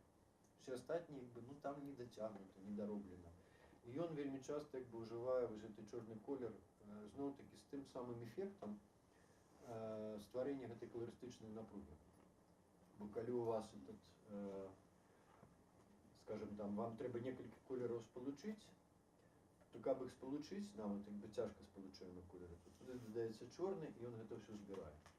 Ну гэта тое ж самае, што вось гэты народны жывапіс, гэты парсуны, калі бяруцца там алейныя фарбы для ремонтных працаў, пішуцца імі на чорным фоне, і ў выніку як бы атрымліваецца такая ярка ўпэўненая жывапіс, хаця як бы ну колеры там зусім такія, вось, як тут. Ну гэта такі прыём вельмі просты. На чорным фоне все выглядае значна больш насычаным. Хаця паглядзіце уважліва, вось, калі тут дазваляе якасць, што брудна-жоўты, брудна-зелёны, колеры такі жухлыя, бляклыя, але як бы ну дзякуючы чорнаму гэта ўсё працуе. Ну і вось як бы ў слуцкіх паясах там адна з такіх як бы ну характэрнасцей, што там вельмі часта як бы ўжываецца чорны колер, амаль што паўсюдна. Михаил, а что это за маска там у куці сверху? Маску ў куці зверху? Ці гэта не маска, ці мне так падаецца? Вось гэты? А мне падаецца, што гэта нос і вок. Это голубы, а гэта я ідэнтыфікую як чорны бэз. Чорны бэз. Пробачте. Чорны бэз это бузіна. Гэта цікава таксама, што я там ну, читаю чорны бэз, думаю, што за чорны бэз. У меня такое такі вобраз устае такі бэз, і он такі чорны такі клеткі. А пазней аказалася, што чорны бэз это бузіна, то, што па-рускі называецца. І гэта была вельмі папулярная культура. ну, расліна у шляхецкай культуры, што гэтым чорным, от кожны маёнтачак ён абавязкова як бы лічылася, што гэта такі шляхецкі, як бы, шляхецкая расліна. І шмат рабілася як бы з гэтых ягадаў чорнага бэса. Вельмі цікавых рэчаў, наліўкі з кветак альбо з ягадаў. З кветак, ну, ягады як бы трутныя, но калі іх ашпарыць, то з іх таксама можна рабіць. І там сочыва, і наліўку. А пазней як бы вот прыйшла як бы, ну, іншае разуменне. Вот таксама, вот як працуе культура. Што прыйшло як бы, я не ведаю адкуль, ну, мажліва, з Расіі, якщо у нас прыходзяць, што гэта кладбішчынскія кветкі, і што іх як бы толькі на кладбішчах як бы, высаджваюць. Іх пачалі як бы паўсюдна як бы карчаваць, і зараз вельмі складана знайсці. Ну, вот толькі што на могілках, на старых якіх-небудзь. Хотя, ну, а мне одна знакомая купила дом у вёсце. Ой, я хочу сделать себя как в маёнтке. И я себе там чорный бэс посажу. И мы этот чорный бэс шукали нигде. Там. Ну, врешті-решт нашли, посадили, правда, теперь все. Так, почекайте, я тут уже... Кажуть, у нас в крепости росте. Очень много. В старых деревнях растут. Нет, листьев много. Ну, сама назва чорний бэс. Ну, яшчэ як бы, ну, цікава таксама, як бы, ну, калі казаць пра гэты фарбавальнікі, вугле, як бы, на Беларусі, як бы, ну, паколькі няма гэтых гораў, да, то у нас як бы такая абмежаваная колькасць мінеральных фарбавальнікаў, так званых. То есть мінеральных гэта які не з раслінаў, якія можна ў тынкоўках выкарыстоўваць. Ну, і у нас як бы вот адны з такіх ну, найстарэйшых даступных фарбавальнікаў гэта крэйда, бо у нас як бы, ну, вядома, пад гэтымі пад Ваўкавыскам. Там гэта неалітычныя крэменныя шахты, якія крэменне заўсёды ў гэтых крэйдавых пародах знаходзяцца. Потым у нас вапна белая. Я думаю, што крэйда гэта як бы первейшая. Вось гэта белы фарбавальнік, другі гэта вуголь, чорны фарбавальнік, ён даступны ў любой культуры. І трэці чырвоны фарбавальнік гэта охры, гэта гліна. Ну, бо охры это ёсць гліна. У залежнасці ад радовішча гліны яна будзе мець тое ці іншае адцень. Вось тры найбольш як бы старых фарбавальнікаў. В прынцыпе, вся архітэктура, якая першая ўзнікала, там часоў полацкага княства, яна абмяжоўвалася вось гэтымі трыма фарбавальнікамі, ўсё іншых не было. Ну і вапна. Ну, вапна. Вапна ізвесць. Вапна ізвесць, якая здабываецца альбо там, тут я дакладна не скажу, альбо праз перапрацоўку крэйды, апальванне, здаецца, крэйда нейкім, крэйда это мёд. Апальванне, і пазней яна там гасіцца, не гасіцца, альбо ёсць азёрная вапна. Яна як бы просто як бы утрымліваецца як бы ў прыродным стане. І вось здымак гэтай Зофіі Хаментоўскай, зноў-такі з Палесся заходняга. Вось як здабывалася азёрная вапа як бы ў 30-е гады. Вось, хаця я не разумею, ну, вапна гэта ізвесць. Ізвесць. Ну і розныя там як бы вапна, як вось просто якую як бы белілі, бо белілі як бы, ну, звонку белілі вапну. Іншых там не было фарбавальнікаў. Часам ее добавляли як бы тоўчаную эту самую цэглу. І гэта дадавала там яшчэ як бы дадаткова трываласці і дадавала такі ружаваты адценне. Часам дадавалі вуголь. І тогда она рабілася просто шэрай. Так што як бы вся гэта як бы каларыстыка, ну гэта таксама, гэта такая вельмі дакладная тэма. Бо калі мы возьмем, скажем, цэглу з аднаго радовішча, она будзе аднаго колеру. З іншага радовішча она будзе іншага колеру. Адпаведна, калі мы перамяшаем як бы з гэтай вапнай, то у нас будуць атрымлівацца розныя гэтыя адценні. І тут як бы нельга так сказаць вось адназначна, што, ну, яна там ружовая, да? Што гэта такі больш складаны. І гэта як бы, ну, не тэма гэтай размовы. І ўжо людзі бачаць, як бы выставляюць. На вапне уже На вапне не вытрымалі. Зараз.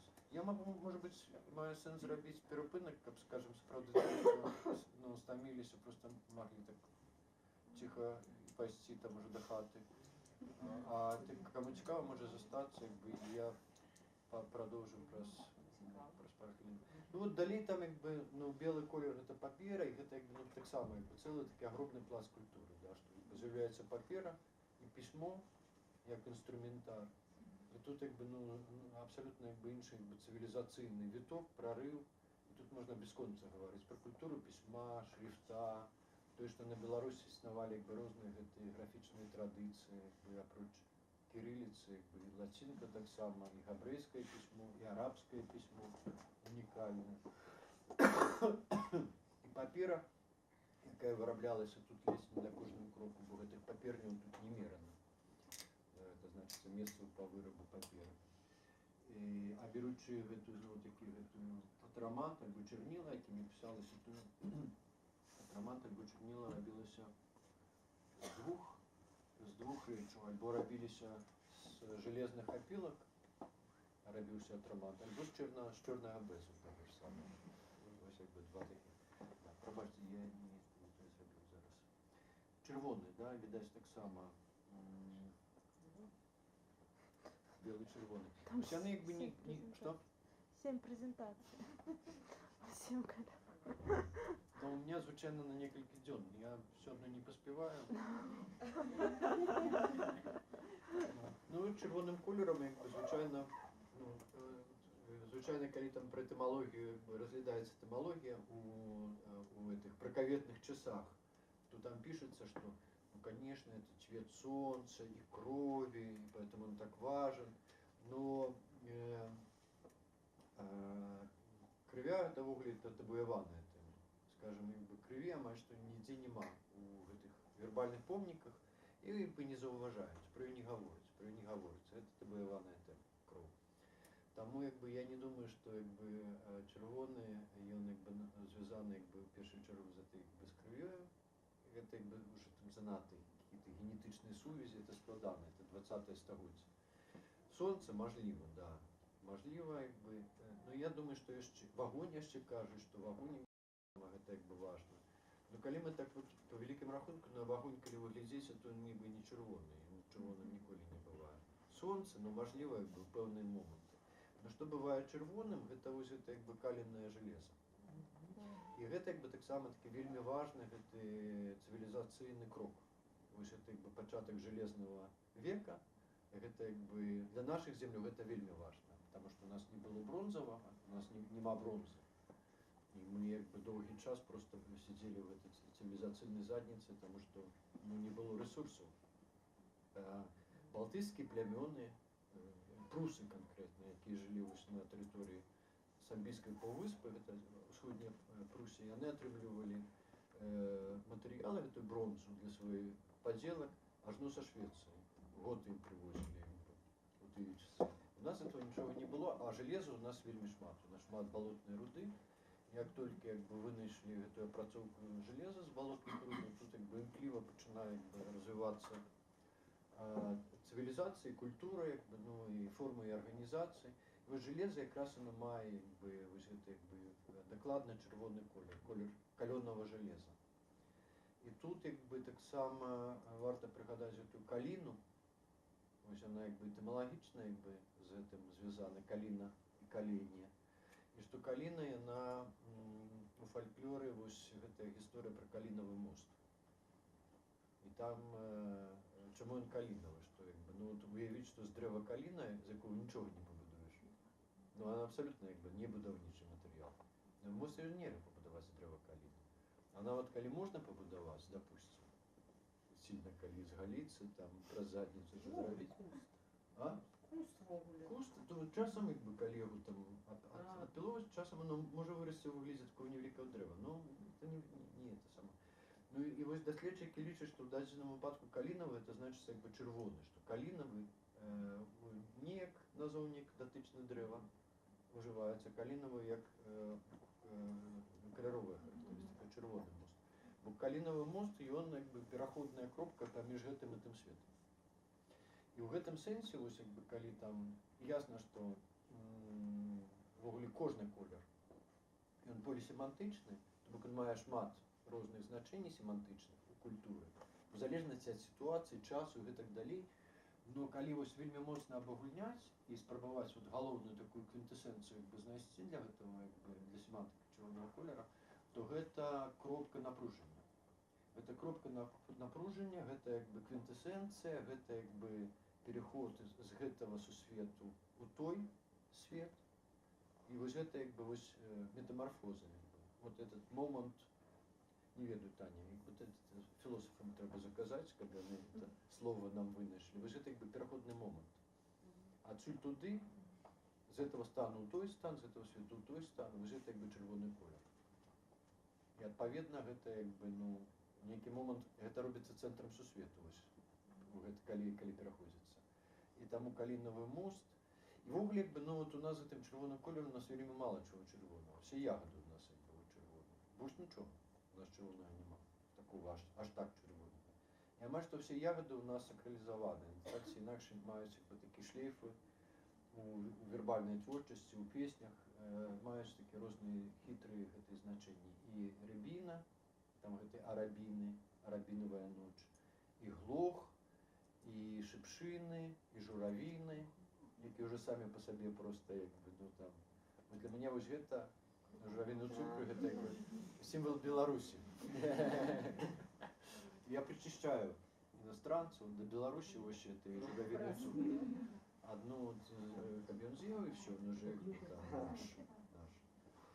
Ну, и что, вы еще что вельмі цікаво. Вышиванка, ну, вышиванка это святое. Но я скажу, что сама технология вышивания, и она не традиционная для Беларуси, это раз.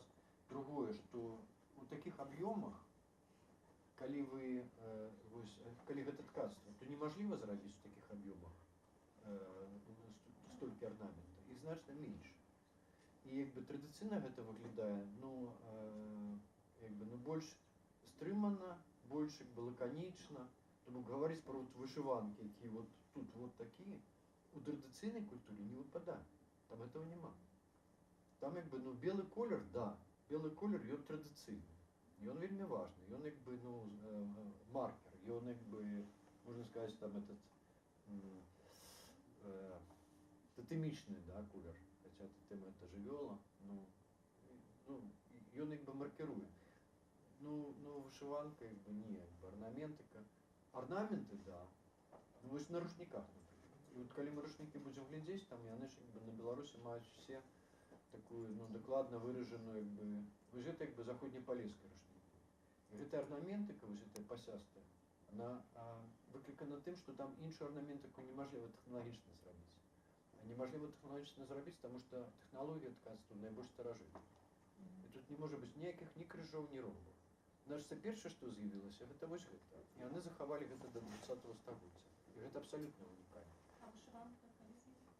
20-е стагоддзе. Ну, конец 19-го, пачаток 20-го стагоддзя. Ввогуле, калі мы кажам пра традыцыйную культуру, то традыцыйная культура лічыць, ну, калі ўзяць нейкую кропку умоўную, калі скончылася традыцыйная культура, яна калі-небудзь павінна была скончыцца, то гэта Першая сусветная вайна. Бо традыцыйная культура, яна існуе толькі ў традыцыйным грамадстве, у якім нічога не мяняецца. Яна дзейнічае па законе, калі ўвесь час ретранслюецца тое, што было рабілася продкамі. Не ўзнікаюць новыя тэхналогіі, і сам канон Прыгожага, ён проста паўтараецца. І прыгожа тое, што было. А Першая сусветная вайна ламае традыцыйнае грамадства, пачынаецца бежанства, і агромныя тэрыторыі людзей, агромная колькасць людзей трапляе у іншую сітуацыю, разбураецца этот прывычны ўклад. Потым рэвалюцыі, пазней там яшчэ, ўсё. Больш традыцыйнага грамадства пасля Першай сусветнай вайны ўжо няма. І няма традыцыйнага мастацтва. Ёсць мастацтва народнае. Ну тады ўжо пытанне, а што лічыць народным мастацтвам? І хто такі народ? Што народ гэта той, які жыве толькі на вёсцы? Ці народ это як бы, ну, шырэй, да? І, ну вот тут як бы тады. Таму як бы, ну, карэктна гаварыць, адназначна карэктна гаварыць пра народ, пра традыцыйнае мастацтва. І ставіць вось гэтую мяжу, ну, 14 год, ну, 18. Альбо у некаторых выпадках. У некаторых выпадках адбываецца трансфармацыя гэтых майстрыцаў. Яны пачынаюць як бы браць часопісы, і там ёсць як бы узоры, які можна паўтарыць. Яны засвоюць вышыўку крэсцікам, яны бачылі ў суседкі і гэтак далей. Альбо яна настолькі убога і тупая, што яна нічога прыдумаць не можа, часопісаў як бы гэтых не чытае і проста паўтарае тое, што рабілася да 14-го года. І тады як бы фалькларыстам моцна пашанцавала. тады яны як бы знаходзяць вось у выглядзе гэтага чалавека адзінкавага, тое, што як бы, ну, ён рэтранслюе ў сілу сваёй як бы кансерватыўнасці як бы, ну, з традыцыйнага мастацтва. І гэта таксама як бы ёсць.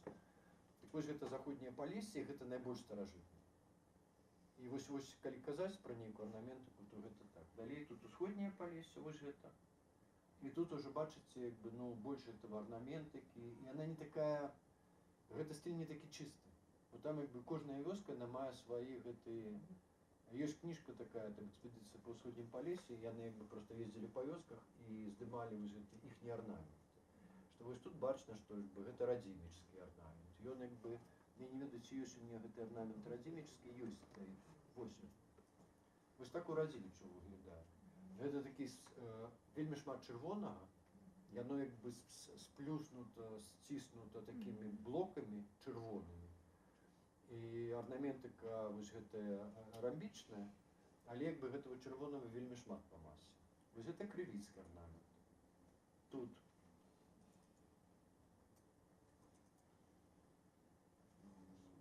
Тут будзе прыблізна нолькавая колькасць чырвонага і белага па масе. Яны ўраўнаважаны. І ў крывіцкіх гэтых як бы рушніках там вось гэты чырвоны з белым будуць унізе, а далей там будзе вельмі шмат белага проста ісці. І там як бы дамінуючы колер все адно белы. Ну і гэтак далей там па ўсіх рэгіёнах, і гэта як бы вось як бы адслежваецца, што як бы заходняе Палессе гэта як бы гарызантальны арнамент, пасясты такі, які, на маю думку, ну, вельмі цікавы, вельмі старажытны, маглі б ну, гэтым ганарыцца, да, як бы культываваць. Гэта ўсходняе Палессе, оно намешанае, і там як бы найбольш цікавым з'яўляецца вось гэта як бы радзімічскія чырвоныя гарадкі гэта называецца. Вось гэта як бы калі там сплюснуты гэты арнамент у такую чырвоную масу, то это у іх называецца чырвоны гарадок на іхнім этом сленге. Падняпроўе, яно, паколькі там розныя ўплывы, яно вось такое абсалютна рознае.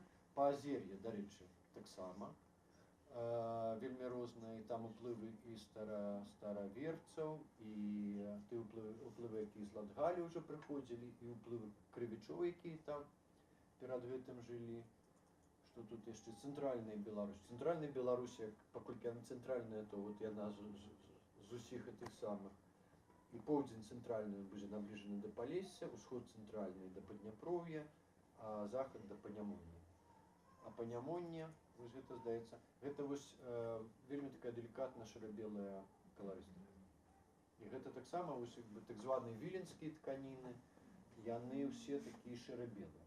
І гэта таксама, ну, вельмі, ну, цікавая і нетыповая каларыстыка. І уж зусім яна не супадае з канцэпцыяй гаспадара Неміронавай, што ўсходнеславянскае гэтае жытло, яно такое ўсё як бы рознакаляровае. Так што Беларусь, вось яна мае, як бы, ну, здаецца, у нас 6 гэтых рэгіёнаў, так званых этнаграфічных,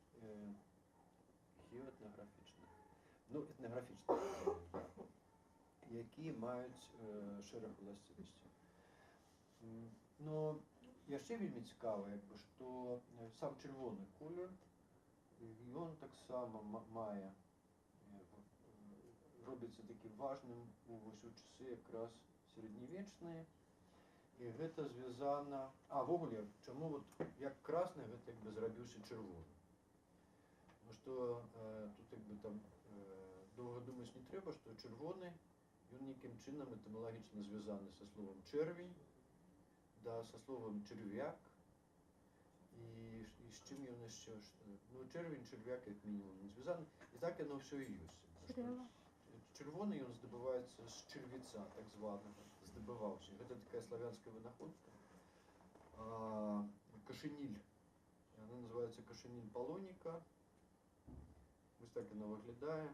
І гэтых кашынілей, гэта такая унікальная інсекта, насекомая, якіх як бы ёсць некалькі гатункаў на зямлі. Адна з іх кашыніль армянская, альбо араратская называецца.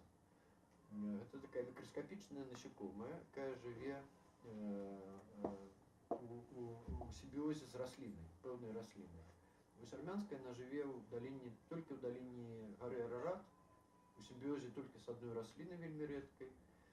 і гэтая армянская кашынель, яна ўжывалася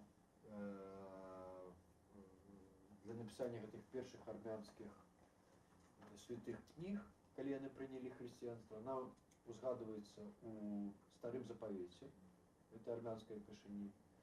І она, відаць, як бы, ну, вот, найбольш як бы старая з вядомых. Пазней як бы такая другая з'явілася, гэта міжземнаморская кашынель, якая горшая па якасці. Увогуле, як бы, самая лепшая па якасці дагэтуль гэта армянская кашынель. Але ёй вельмі мала.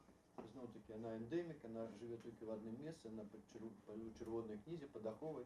Ее здабываюць дагэтуль, і армяне у гэтых сваіх кляштарах, калі яны рэстаўруюць гэтыя кнігі, яны ўжываюць вось фарбу, якая здабыта з гэтай кашынелі А армянскай. як тэхналагічна яны рабілі гэта? Яна ж менш за макавае Да, зерне. да. Збіралі, Да, просто да, лавілі? да. Вось, і те саме. І пазней як бы з'явілася на рынках заходніх вось кашынель палоніка. Яна тады не называлася, чырвец яна называлася.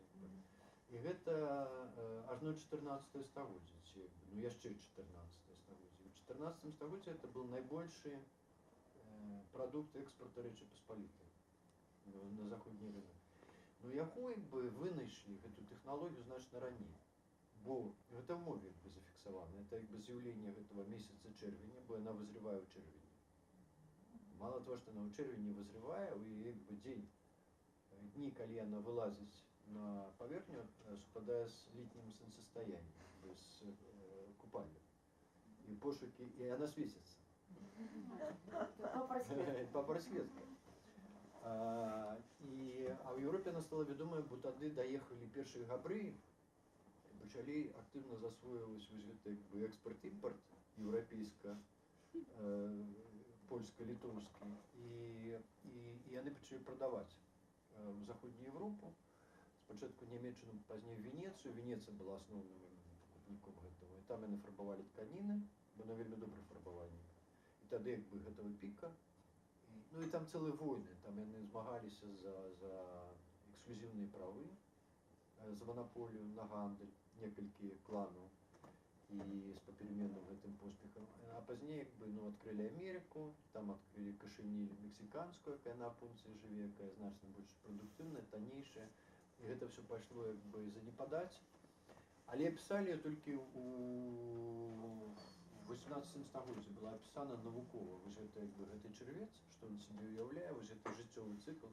Бо яна праходзіць за сваё жыццё як бы вельмі складаны цыкл, пераўтвараючыся ў розныя гэтыя формы.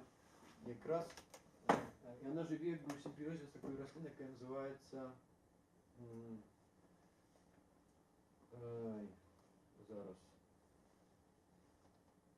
Ёсць мажэна фарбаваная, гэта з якой фарбавальная, з якой чырвоны колер робіцца. І заўважце назву мажэна, да, гэта не выпадкова. А гэта называецца дзівала. Таксама, як бы, ну, дзіва, деус, таксама не выпадкова.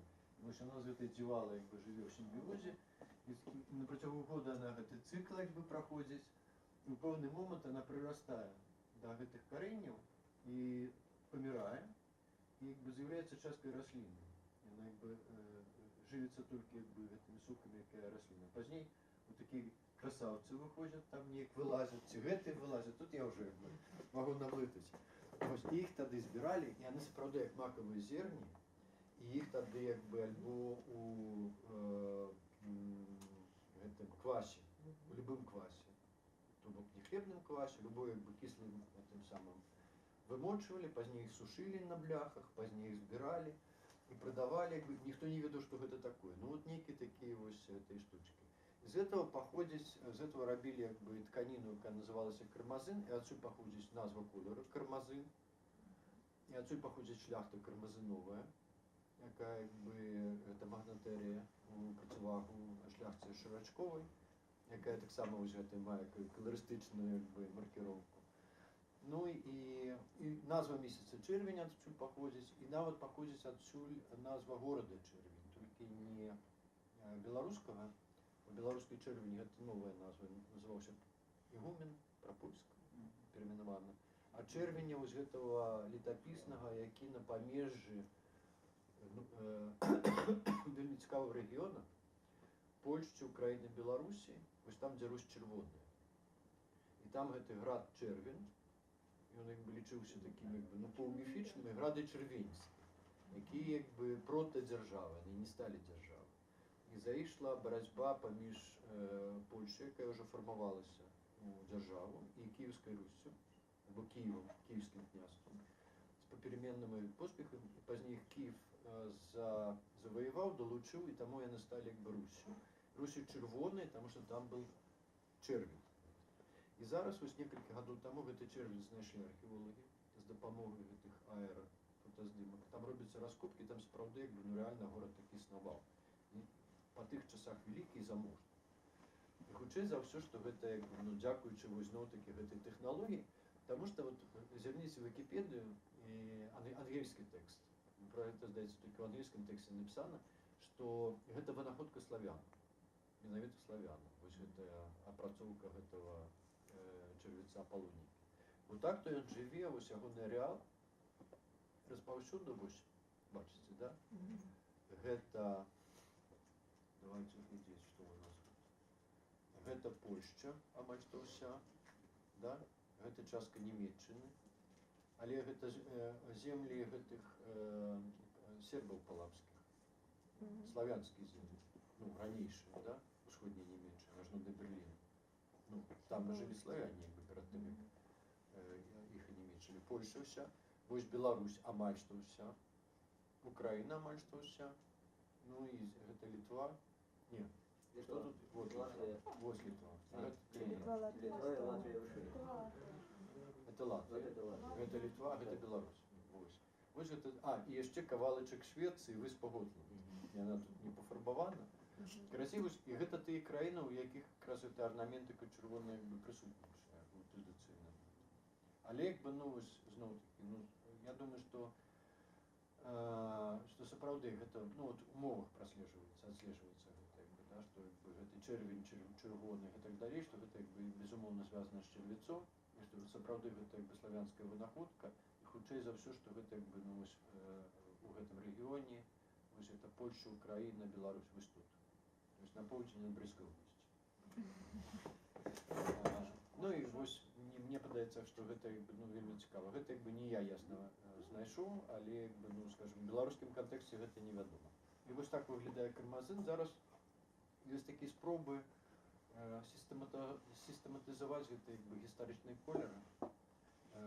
І яны ёсць як бы, ну, вот, в інтэрнэце, у азначэнні RGB, ЦМЫК і часам НЦС нават ёсць. І вось так выглядае Кармазын. І гэта як бы вельмі важны колер. Гэта колер беларускай шляхты.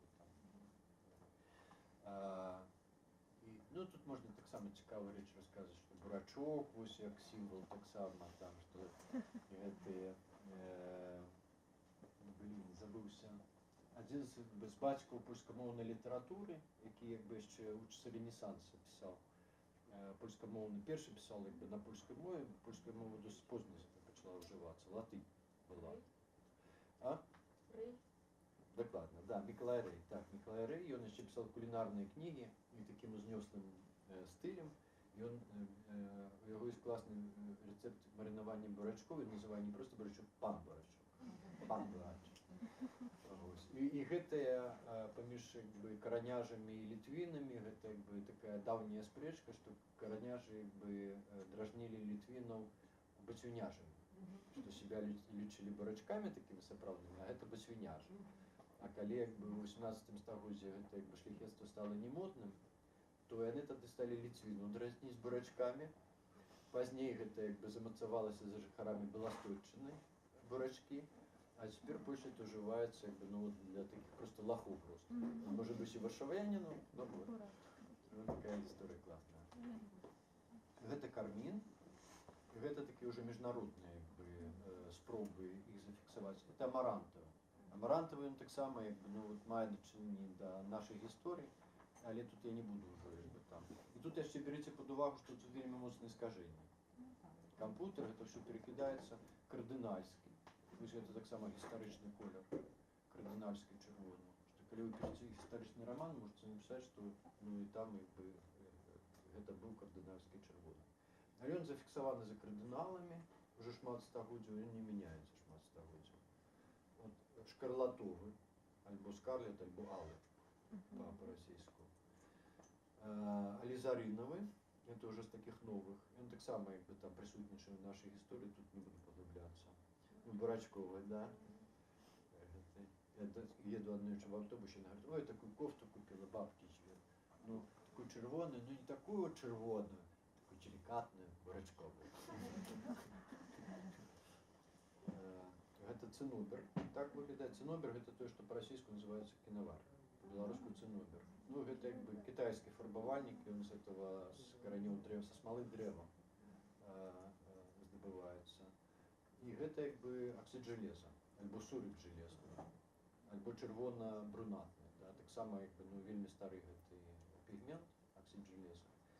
Ну, далі тут я уже не буду, там как бы розные те самые. Я не буду выводить там на семантику советскую, там где червоный колер, как бы, колер революции. И на бел-червоный не буду так само выводить, потому что это, ну, все ведаете. И я думаю, что тут нема про что говорить. Но может быть цікаво, что ввогуле, як бы, ну, червоний колір один з якби, таких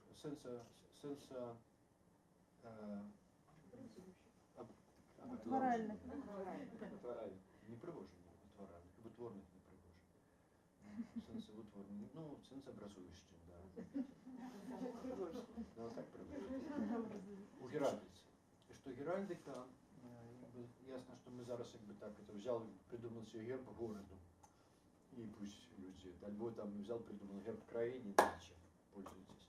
Що геральдика настільки складана, настільки важна, що перші запозичування культурні, які робили литовські князі, утворивши це Велике княжество Литовське, прийнявши християнство, это были переймания менавіта геральдичної традиції. Это якби печатки, форма печаток, стилістика печаток. Там до гэтых замкаў яшчэ было якби пахаць. Ввогуле замкі яны будавалі таксама, там, як умелі. Вось першая, якби, ну, она лёгка пераймаецца. І вся Європа якби просто жила гэтым. Это якби, ну, вельмі важна. Ёсць у цябе герб, няма, якой герб. Якби, нема герба, так пра што з табой гаварыць. І гарадзельская унія, калі якая там крэўская унія, гэта дынастычная унія, якая якби замацоўвала на ўзроўні дынастычным, персанальным, якби саюз гэтых двух краінаў, то гарадзельская унія, яна вже якби, ну, яна якби юридычна больш важная, потому что подписывалася якби не одна персона, якую могли просто взять и прогнать, и сказать, вы знаете, мы не знаем такого Ігоря, кто это такой. Подписывала шляхта, рады, які приймали на себе адказнасць за жыццё функцыянавання краіны. І галоўны плюс, які атрымала літоўская шляхта ў выніку падпісання гэтай гарадзельскай уніі, это было тое, што яны атрымалі гэтыя гербы. Настолькі гэта было важна.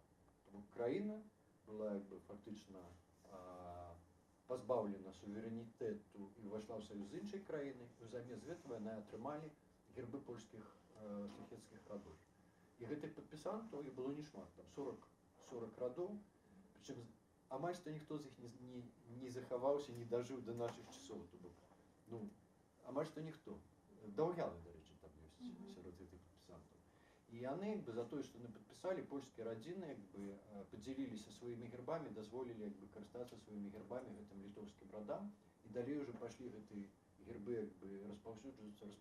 Традыцыя Рэчы Паспалітай, адзін і той жа герб належыць шмат якім фаміліям. Такого якби нідзе больш няма. І там кажуць, што ён там, напрыклад, ён з Васильковічаў герб ліс. Бо ёсць Васильковічы яшчэ іншага герба, і ёсць яшчэ там які-небудзь Здзенковскі гербаліс, і гэта ўсё важна у гэтай геральдыцы. Таму вось, якби, ну, канешне, і вся наша геральдыка, вось я зараз пакажу вам. Вось гэта якби падпісанты Люблінскай уніі. Гэта все землі, все, якби, як называется, там, юрліца, да, ці все гэтыя суб'екты, якія якби падпісвалі Люблінскую унію. І вось з гэтага ўсяго якби мноства, вось гэта якби гербы Беларусі. Ну, цяперашняй Беларусі, цяперашняй беларускай землі. То бок тэрыторыя агромная, бо мы былі больше по тэрыторыі, по памеры, чым з польскага боку. А гербоў у нас вельмі мала. І гэта вельмі кепска. То бок мы якби, ну, это кепска. Это вот вы не разумеете, что это трагедия, просто катастрофа.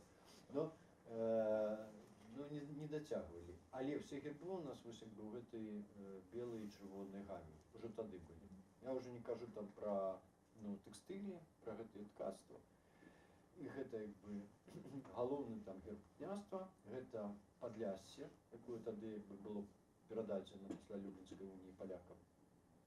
Ну, это тут у вас за мяжой адразу, Падляшская, да. І гэта Жмуць, то бок гэта цяперашняя Літва, Медзведь. Гэта Віцебская, Полацкая, гэта Бельская. Вось, дарэчы, як бы, ну, таксама. Лев откуда? Не ведаю. Я не геральдист. Да, тем более, что к тому же это гриф. Вот вельмі цікавая гэта Смоленск. Вот абсолютно незразумела. Вот вы про гриф яшчэ я могу падрыхтавацца адказаць вам. Но вот это вот никто не ведае. Вот что это вот, чаму у Смоленска просто косая гэтая перакладзена на чырвоным, на белом тле, абсолютно незразумела. Но звычайна як бы вот этот перакрэсліванне злева ў правы кут азначае у геральдыцы тое, што гэты род скончыўся па мужчынскай лініі і што далей ён перадаецца альбо па жаночай, альбо праз дзяцей пазашлюбных. А тут як бы герба няма, толькі адна лінія. Ну вось тут як бы я не ведаю. І ну і вось гэта як бы што гэта Новоградак чорны анёл. Вось як бы такая як бы гэта геральдычная раскладка.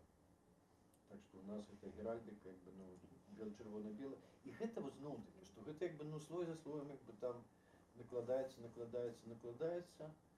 і нешта з гэтага пазней выходзіць. І гэта Дуждышэўскі, які ў 17 годзе зрабіў этот эскіз сцяга бел-чырвона-белого. Ён толькі ў 17 годзе як бы з'явіўся. Душэўскі як бы выдатна ведаў гісторыю, адукаваны чалавек, як бы в нейкім сэнсе ретранслятор, да. Ён меў на гэта, мне здаецца, як бы права і мажлівасці на тое, каб взяць такі герб прыдумаць. Бо ён быў з гэтай культуры і са шляхецкімі гэтымі каранямі. Ну тут это вот розныя там колер у мастацтве, Родка, вот это Родка, гэта Малевіч, гэта Тарасевіч. Ну это уже іншая історія, ладно, самое цікавае. І што як бы яшчэ апошняе, ці ўжо па дамах? Хорошо. І апошняе вот шэрым, да, што мне падаецца, што колер Беларусі. Ну, бо золата гэта хрысціянства. Хрысціянства як бы она ўносіць у еўрапейскую культуру, якая як бы якая паўстала там у часы антычнай, і антычнасць она заўсёды сябе супрацьпастаўляла ўсходу. Антычнасць заўсёды імкнулася да гармоніі. Гармонія гэта была як бы разуменне прыгажосці. І там же ж кожны антычны аўтар, кожны філосаф, кожны там як бы вось гэтая глыбіна, ён абавязкова выказваўся на тэму, што такое красіва, і пра колеры яны ўсе разважалі. Для іх гэта было вельмі важна. І там як бы вось гэтай чырвонай ніткай ідзе ўвесь час, што як бы колеру павінна быць не шмат, што вот 4 это красиво, но не 5, што 5 это уже зашмат. І што красиво, калі там белы, чорны, охра, і там яшчэ там лампіон какой-нибудь. То бок яны весь час як бы стрымлівалі і разважалі ў тым кірунку, што як бы вось гэта як бы функцыянальнае стрымліванне шматкаляровасці. І ў гэтым яны як бы супрацьпастаўлялі сябе ўсходу, які наадварот як бы гэта каштоўныя камяні, гэта ўсё ззяе, гэта золата, гэта шматколернасць, мазаічнасць такая. І яны як бы, ну прычым гэта абсалютна як бы не так, як у цяперашняй ідэалогіі. Гэта ўсё робіцца яшчэ там з палітычным падтэкстам. Яны проста як бы вот як мысляры, яны лічылі, што так. І што крый Божа як бы вот нам упадобіцца гэтаму сходу. Но чалавек так пабудаваны, што он ўсё адно як бы, ну вот у яго ёсць гэта спажывецкае, хочацца болей. І кожнага разу гэта антычная культура, ну вядома, што яна ж прайшла там праз некалькі этапаў. І яна як бы пачынала впадаць гэты манерізм, становіцца больш багатай і накручанай. І тады наступал такі момант, што не, давайте вернемся вось да вытокаў, да гэтага як бы сапраўднага антычнага мастацтва, і давайте як бы каб все было як бы у нас проста па-еўрапейску. ну, якби, або там, якби, так, як якби, випадає. Це було з римським, наприклад, мистецтвом, що воно почало багатість, подать якби, розкошу. І в певний момент вони спинилися, що якби, давайте вернемося до гэтых грецьких канонів, простих, до гэтай, якби, до гармонії. Але християнство серед запозичуваннів шматліких, бо християнство якби синтетична така якби релігія, яка об'єднала Сход і Захід, і вона ось це якби як мінімум естетичний бок у вигляді зяння і золота. Вона привнесла в європейську культуру. І золото приносило, не приносило ще не тому, що воно дорогое. Хоча зараз тяжко сказати, хто вам скаже. А тому що воно ілюструвало світло. Бо світло було вельми важною категорією в першому християнстві. І там якби, ну, кілька стагоддів якби, тривала така дискусія на тему, що світло – це проява Бога, це тільки символ його. Бо їм потрібна була якби, некая ну, якби, візуалізація Бога. Що, конечно, все хорошо, ну давайте якби, яку-нибудь нам, хоча б дайте нам какую-то візуалізацію, щоб ми могли побачити і упевнитися. А вот вам визуализация, світло, это проява Бога. И там тривала дискусія, такий псевдодіоніс Ареопатик, і він якби там дискутував, що ні, все ж таки це якби тільки символ. Но ми можемо розглядати як символ Бога. І ось з цього якби виникало, і це довго якби довжилося, стагоддями просто. Врешті-решт якби все золото і світло – це якби символи Бога. І тому візантийська архітектура, мозаїка, яка імітує світло за кошт цього якби, переливання. Тому свічі, які у літургії використовуються, які ось це дриготке світло спораджають, яке знов таки відбивається на цій мозаїці. Це золото, це блискучі матеріали, які адлюстровують це все, і все це живе, і це все світло, і воно лється. І навіть цитата, якби не пам'ятаю з кого, і про ці візантийські храми, що вони якби світло, беруть світло не звонки, а самі якби продукують світло всередині. Ну, треба сказати, що якби ось ця візантийська якби, традиція і християнство, яке з'явилося якби на наших землях, що воно було позбавлено всього якби, ось розкоші. Що це треба брати під увагу, що ніде там, якби, в цьому культурному центрі, в Візантії, там ось так, там это все зихотить, там это мозаїки, там золото, а у нас якби все это значно бідніше, но воно якби було закладено в этой подмурке. И Крышев Арсений Полоцкий, он золотый не тому, что дорогой металл, и надо куда-то вложить деньги, а тому, что это світло, як символ віри, як символ Бога. І дальше якби традицію пригожування этих всіх книжек, тут вот на вот эти їхні спречки на кон світла, природа світла, воно якби ілюстровано в этих перших християнських святинях. А перші християнські святині по всій Європі, вони візантийські. Ну, в сенсі, вони в візантийському стилі побудовані. Зрозуміло, да? І книжки, ось, і книга, як так само коректно Пригожин сказати, що це ж якби не просто книга, да? Це ж якби откровення Божське. І воно так само, якби, ось ця традиція поважливого ставлення до книги і Пригожині різними золотими елементами. То ж саме, до речі, в Корані. Бо Коран так само для мусульман. Ну тут далі, якби просто ось як це світло на іконах візантийської школи, як воно передається у вигляді складок. Я не ведаю, що тут бачите, ось тут бачите. Бачите, як малюється світло. І це якби традиція візантийська. Но знову таки у нас за этой нашей бедности, ну, бо у нас якби, ну, то що тут сказати?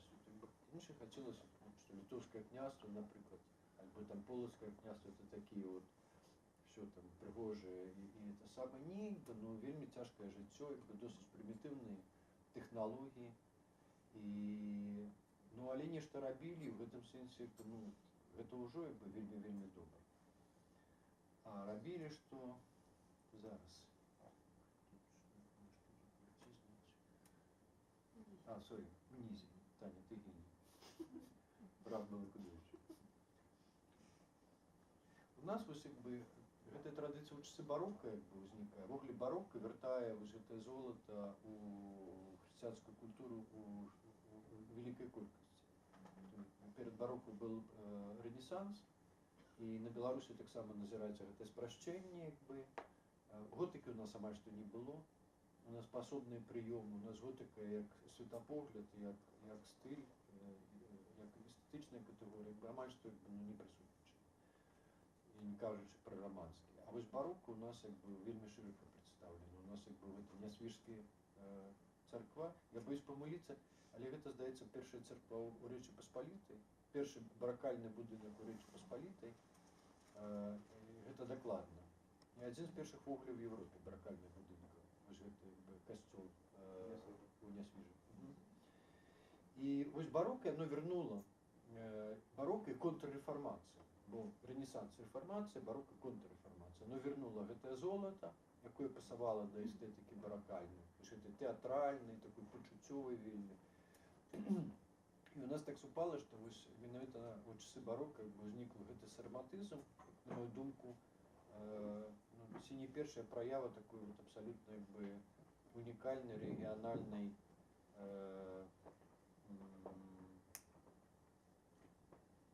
ладу жыцця. Так вот шырока скажем, ладу жыцця. І адпаведна, што ў той ж самыя часы ўзнікае гэта беларуская школа ў іконапісе, дзе адным з такіх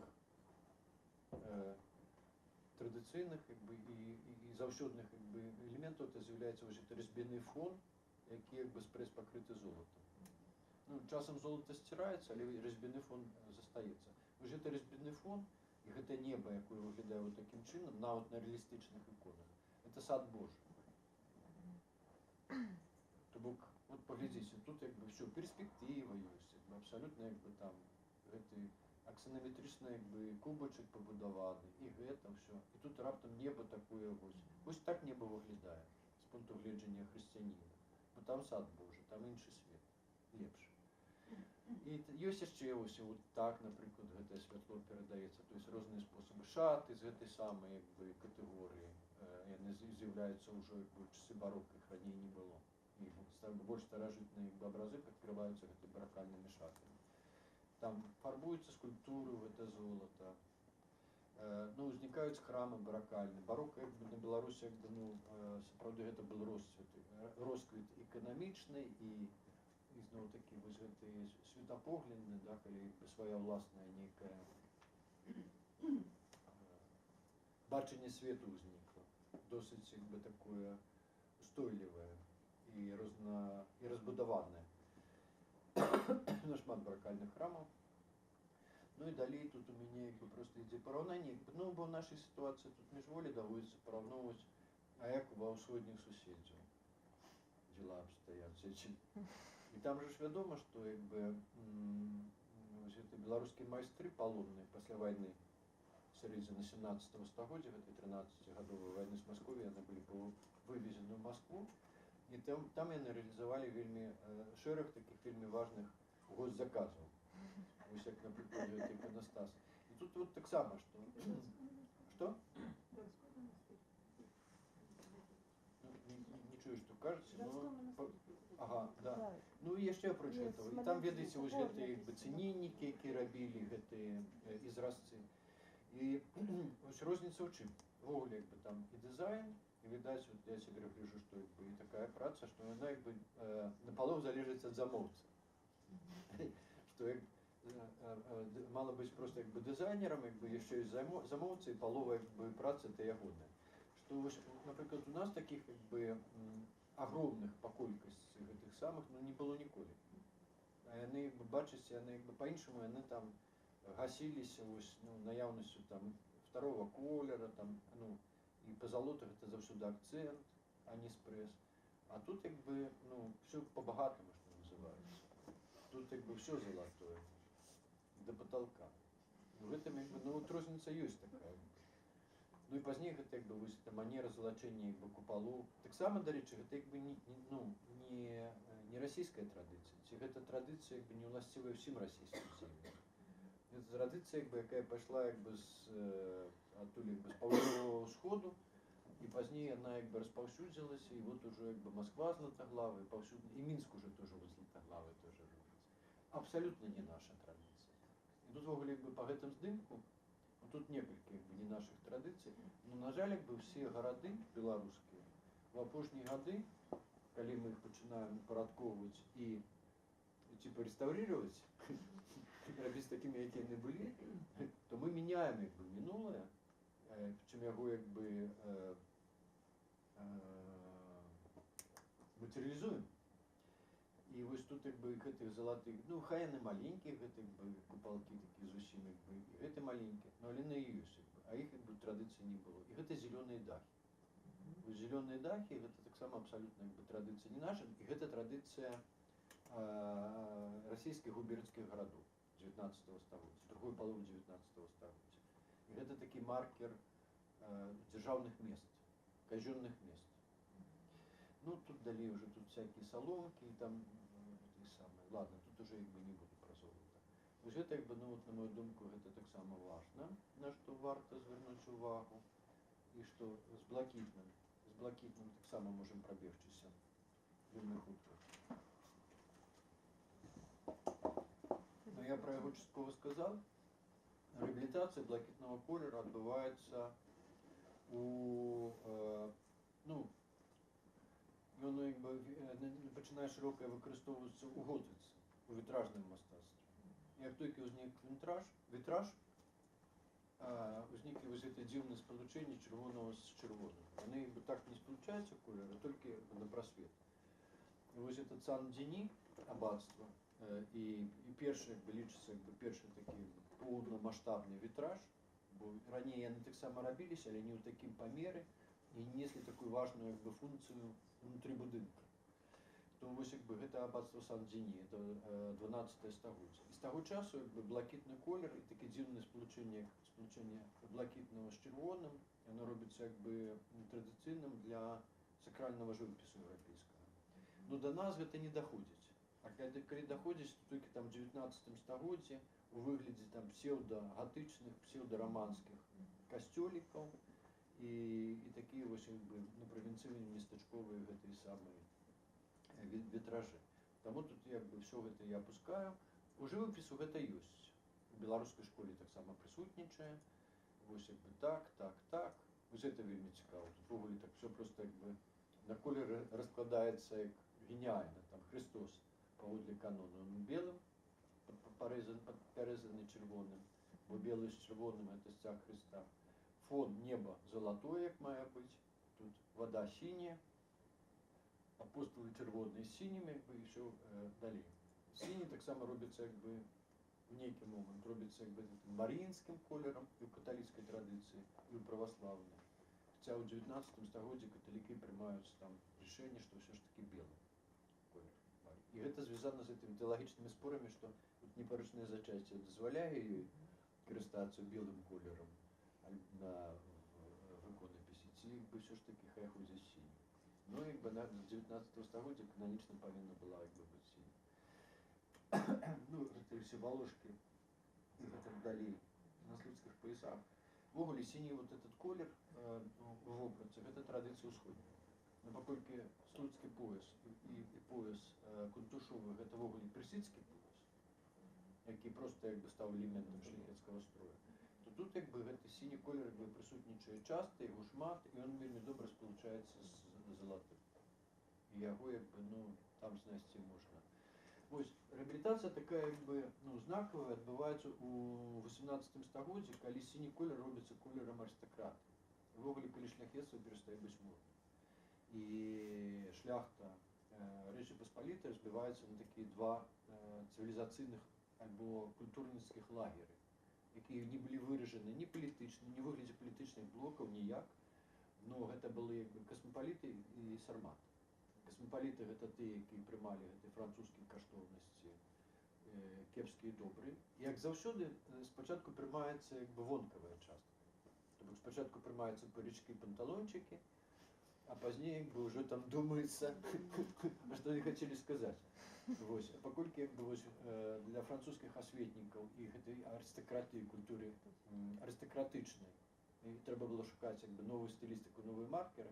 Вось якраз блакітны колер, які нідзе не быў аж так засведчаны, ён як бы робіцца такім колерам. Спачатку як бы ва французскіх салонах, і там, я пакажу зараз, там синяя панчоха, это ж якби, ну, на той момент это был наоборот такий символ эротизму, і синяя панчоха это уладальніця гэтых салонаў. А салоны гэта цэнтр культурнага жыцця. Это якби, ну, это тыя месцы, дзе стваралася культура у той момент. Где-то у меня был Вольтер, прекраснейший, читающий в таким салоне свое новое твор. Ну, вот это. Вот. У таких месцах рабілася культура, фармаваліся думкі, новая палітыка рабілася. Ось так выглядае якби французскі салон. Яны бачацца ўсе якби. І вось частка польскай шляхты, перадусім польскай. І причым багатыя рады, яны якби пераняло гэтыя французскія ідэі. Гэта якби вот тая частка, якая пісала Конституцыю 3 мая, там рабіліся рэформы. А на Літве якраз была якби распаўсюджана якби гэты сарматызм. Тобто нічога не мяняць, трымацца якби старых правілаў, ніякіх рэформаў. І лідарам сарматаў быў пані Кахан. І апошнім шляхціцам, на апошнім сойме Речы Паспалітай так супала, які был у сарматскім строі, быў пані Кахан. Апошні ён датрымаўся, і гэта быў уже гарадзенскі сойм, он выйшаў у гэтым кунтушовым строй. А так, то якби спачатку якби шляхта сарматского кірунка якби хадзіла у кунтушовых строях, нормальные пацаны. А аристократы ходили уже в панталончиках, кружевах и этих самых. Ну, поступова гэтых рабілася болей. Гэты декольте все ниже и ниже опускали сюда. Нравы там менялись, и там якби, ну вот, тады гэты... Нават для того, что вось одна з таких жанчыны тады выходзіць якби на такую важную вельмі ролю, ну, культуратворчую. И гэта такая Изабелла Людомирская, и у нее была немножко бланкитная маркиза. Бланкитная маркиза, и она, как бачите, тут такой, как бы, у стилі этого классицизма. Ничего лишнего, никаких этих самых, просто блакитная тут эта стужечка. А это у нас, и это так само, это Изабелла Людомирская, по мінушцы блакитные маркизы, тут бачите, это блакитные. А гэта такая Изабелла Чарторийская. Яна так само з гэтым блакітным. І вось яшчэ Изабелла Чарторийская маладая, якая в Вовчине выхоўвалася, там же, дзе выхоўваўся Станіслав Панітоўскі. І тут гэта на Берасцейшчыне. І гэта такія вельмі важныя дамы ввогуле ў культуры, бо Изабелла Чарторийская, яна написала кнігу, якая была бестселлером там до конца 19 стагоддзя «Мысли ружные способы закладання бродов». І гэта культура паркаўкладання.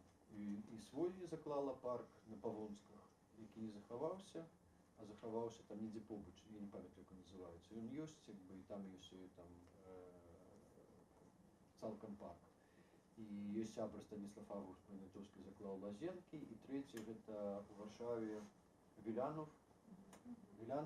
І Вілянов там, дзе там у іх пруд такі ёсць, там выпадкова просто гляжу каменты, на що там написано. Как будто тады ўзнікла гэта мода на эпітафіі, на сентыменталізм. І што вельмі важна, на каштоўнасць старога, каштоўнасць якби руіны і занепаду як эстэтычнай катэгорыі. А вось у гэтай часы романтызму, бо гэта ўжо романтызм. І адсюль гэта шляхецкі дом, які павінен быць такім якби пашарпаным са слідамі якби даўніны. І адсюль катэгорыя вось гэта якби гістарычнасці, як эстэтычнай катэгорыі, тое, што мы зараз губілі, што выпала з нашай традыцыі. Бо тады якби гэта вельмі важна. І пра гэта піша Ян Булгак у сваёй кнізе там «Краіна дзіцячых гадоў». Шмат што такі прыгожы дом, там, такі стары якби пашарпаны дах, там такія старыя дрэвы. І прыгадвае свае гэтыя успаміны дзіцячыя, калі там пачалі прыязджаць першыя рускія памешчыкі. І у яго, відаць, был тады цывілізацыйны шок, бо яны паехалі, і тата кажа: «Глядзі, сынок, он прыехаў, пафарбаваў дах, нейкі жудасны азіяцкі колер, зелёны ці блакітны». І, відаць, этого Булгака тады так пераклініла у дзяцінстве, таму што ён якби піша гэту кнігу, і пазней у другой частцы кнігі ён зноў прыгадвае той самы эпізод. Ён забыўся, што ён уже пра яго напісаў, ён зноў яго прыгадвае, толькі ён цяпер піша, што якби вось там крыху па-іншаму. Гэта традыцыя якби фарбавання старасвецкіх будынкаў, увогуле ў нейкі колер, там зялёны, там ці жоўты, ці сіні, не важна, што гэта абсалютна немажліва проста з пункту гледжання гэтай культуры шляхецкай, адпаведна, якая базуецца, вырастае з романтызма і які вельмі моцна павязаны з культурай ангельскага парка, так званы, які таксама цалкам прадукт этой культуры романтызму. Ну и вот это все. Так вот в этом в этой парку Вилянов, да, там такие как бы, ну, вижу, что за такие за камень. Раз зерно и тут. А вот на этом камне любила сидеть Изабелла Чарторийская и глядела на этот прутик, и вот на деревья, и вот это как бы ее памяти, как бы этот камень мы ставим. И, ну, и в те часы был поставлен. Бо там вся книга є, ось це, вона написана в таким сентиментальним стилі, вельми добре написана. В Гулі вельми така розумна дівка була. Було 4-5 дітей, всі від різних сябров. Причому як був муж один весь час Чарторийський, який був якби лідером цієї фракції, фамілії, яка привела до влади Понятовського. Він реформатор, все. А там один якби отець ребенка, это друг этот посол российский, другий какой-то французский генерал, третий король Станислав Август Понятовский. И она все про это там пишет, им здесь добрые отношения. Вот она как бы дама высокого класса. Тобто это была на самом деле колоссальная революция. У свядомости, у культуры, во всем. И тут сапраўды вось этой дамы, яны не выпадковые, яны сапраўды это все робили. Бо ніхто не мог зрабіць этого за іх. Классно. Я знаю, что вам это должно было понравиться. Ну и так далее. А это все вельмі цікаво. І пазней, як бы, ось Станіслав Август Понятовський, один із отцов одного з дітей Ізабелі Чарторийської. І він, як бачите, вже є напранутий в этой моді космополітичної. Космополіт в даденому випадку це якби, ну, абсолютно не те, що тепер. Тобто космополіт це чоловік, який якби не тримається традиції шляхетської польської, а він якби говорить по-французьку, і він там те саме. И они, в принципе, некоторые из них, мало того, что они ведали в огуле, ну, сенсы, они были в переписках с этими французскими энциклопедистами революционерами. И они удельничали в формовании концепции французской, когда французы робили свою революцию, было что сказать. И французы шматчим опирались на досвід Речи Посполитой у организации життя Украины. Ну, ось якби пазней, після ось цього всього розмова демократії, завжди наступає абсолютизація влади во всіх країнах. Вона абсолютизується. Возникає ось якби мілітаризована країна, межа там робиться мілітарним об'єктом, всі якби повинні ходити в мундирах. І тоді вот этот блакитно-синій колір якби робиться якби мундирним або військовим. Вся Європа, вона якби опранається в різного кшталта мундиры как бы синих оттенів. А в Росії якби сині блакитні, вони так само вельми дивним чином, вони робляться от абсолютно якби просто, що називається з пальця, так захотілось художнику, художник так видит, робиться ось одним з кольорів якби русского мастацтва, там от Білібін, там Куінджи, ось всі якби люди, які створили якби так званий псевдорусский стиль. Там два центра было. Один это Абрамцево под Москвой, там где матрешку придумали, и шмат еще всего. И там одна тусовка. А другие это Талашкино под Смоленском. Это все как раз Талашкин.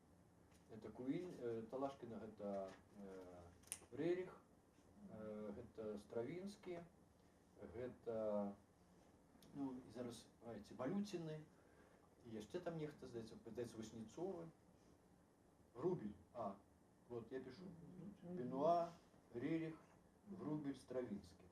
І ось вони зробили, це оригінальний будинок, ось оригінальне, якби, це саме тут оздоблення. Просто тут вельми добре бачно, я почали, якби, ось компонувати синій з блакитним. Це абсолютно не європейське сполучення, це так зване ірраціональне сполучення близьких кольорів. І воно, якби, ну, ірраціональне, воно справді ірраціональне, воно таємниче, воно таке, і це для казок, для гэтай міфатворчасці оно вельмі пасавала. І вось гэта, ну, псевдоруская культура, яна з усіх мадэляў візуалізація расійської ідентичності ў 19 стагоддзі, якая стаялі, любая нацыя еўрапейская стаяла перед патрэбай стварыць візуальны шэраг, то есть пра што мы гаворым сёння, вось гэту ідэнтычнасць, то там был выбар, рускі візантыйскі стыль у архітэктуры, рускі паўночны, калі бралося за узор архітэктура поўначы рускай. Яшчэ там можа быць нешта, я выпусціў і так званы псевдарускі стыль. Вось куды падпадалі ўсе гэты фэнтэзі на розныя тэмы, теремкі і все такое прочее. І перамовы псевдарускі стыль. Ён спадабаўся людзям. Ён зрабіў фурор в Парыжы. Там гэты стыль а-ля рус. І яны і вось з тых часоў гэты блакітны колер, ён мало таго, што прыжыўся ў расійскай культуры, палюбіўся, ён стаў 12-м колерам расійскай мовы. Усе еўрапейскія мовы маюць 11 базавых моўных колераў. Расійская мае 12, бо ёсць блакітны, ёсць сіні. Яны разведзены на 2. У беларускай мове яшчэ ў слоўніку Байкова-Некрашевіча 26-го года няма слова сіні. Там ёсць сініць, сіняк, сінення. Сіні няма. У Насовіча таксама няма у 19 стагоддзі слова сіні, хаця ёсць вытворны. А зараз у беларускай мове ёсць сіні і блакітны, і мы такім чынам перанялі, таксама развілі гэтыя два колеры, на сіні і на блакітны. У нас все адно з нас, бо у нас няма брунатнага, карычневага. У базавых беларускіх моўных колерах няма карычневага колеру. Таму што карычневы это відавочная калька з расійскай, а адпаведніка беларускага ў традыцыйнай мове няма. Ёсць у нас такі шэра-бур. Шэра-бур, да, но ён да шэрага. У нас брунатны, частка брунатнага адносіцца да шэрага колера, а частка брунатнага да чырвонага. І тут это можна даказаць і раскласці, но это не буду. Ну і вот блакітны колер зараз у нас робіцца таким маркером праваслаўным. І я гаварыў з этим, у меня сябра кананічны іканапісец, ён пры епархіі, ён кажа, што іх няма ніякіх ні тых указаний, там нідзе нельга прачытаць, што вы фарбуеце церкву сінім колерам.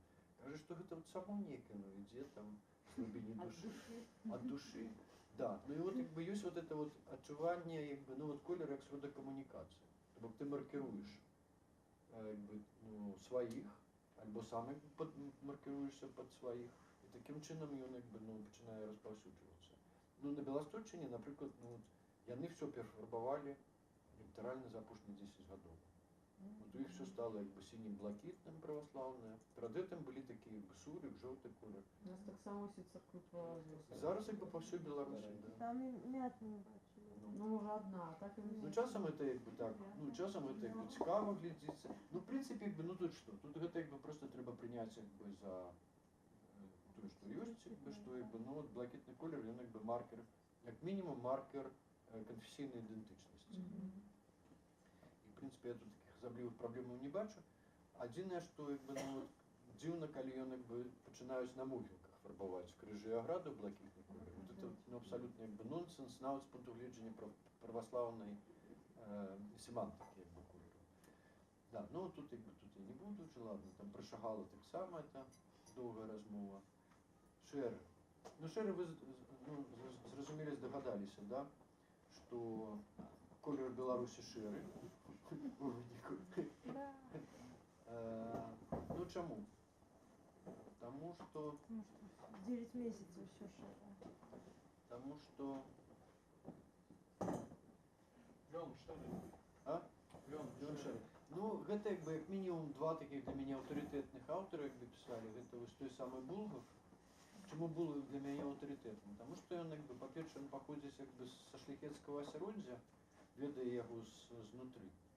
І ён ну, з Беларусі ну, ведае таксама, можа не так добра, гэта сялянскі быт.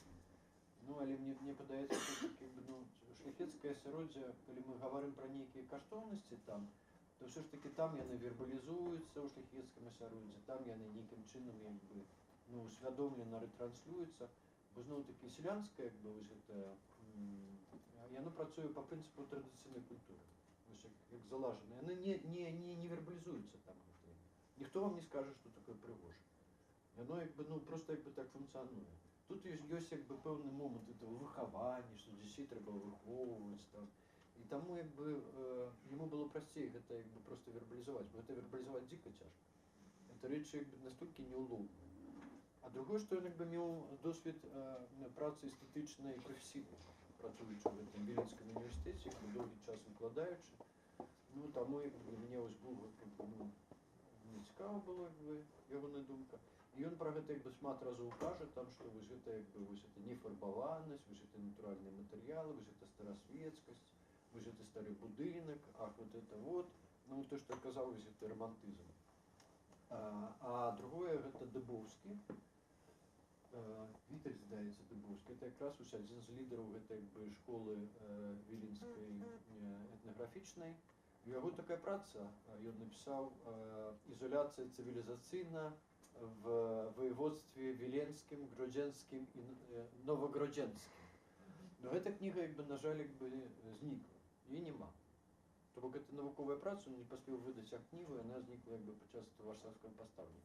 Но ёсць як бы брошура, яна як бы ёсць як мінімум, можна заказаць у варшавскай бібліятэкі, гэта «Штука Лёдова на Віленшчызне, Гродзеншчызне».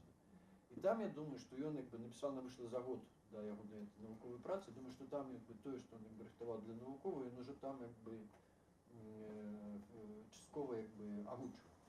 І ён там піша вот пра тое, што як бы абсалютна як бы монахромна, традыцыйнае жытло монахромна, што як бы ну ніякіх фарбаў не ўжывалася, што як бы там вопратка монахромная, што як бы там селянін новагрудскі, віленскі не любіць гэтых як бы колераў, яму ім здаецца як бы непрыемнымі. І ён прыводзіць такі прыклад, што там у той час уже ну, пачалася лібералізацыя, узнікла ў Расіі мноства артеляў такіх, якія вандравалі.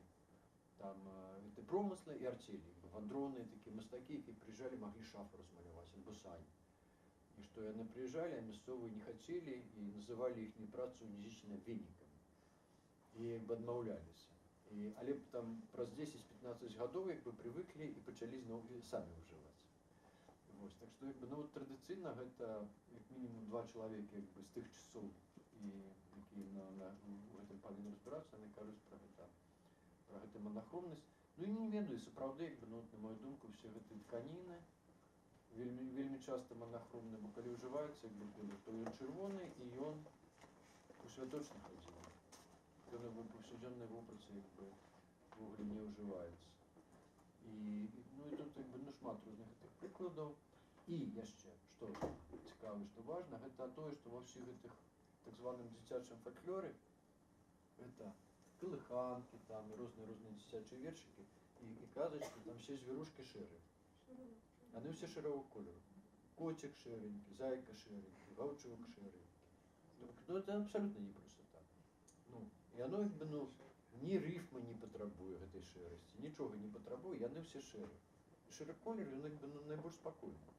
Бо калі сказаць там пра ментальнасць, або там пра найбольш распаўсюджаны гэты псіхатып беларусаў, я пытаўся псіхіатраў прафесійных. Яны сказалі, ну, конечно, як бы ну, дэпрэсіўны. Найбольш распаўсюджаны псіхатып на Беларусі гэта дэпрэсіўны. Для дэпрэсіўнага чалавека шэры колер найбольш комфортны. Ён пачуваецца вельмі комфортна. Таму вось гэта як бы шэрыя колеры, гэта шэрая як бы каларыстыка, як бы, ну, я думаю, як бы, мне падабаецца.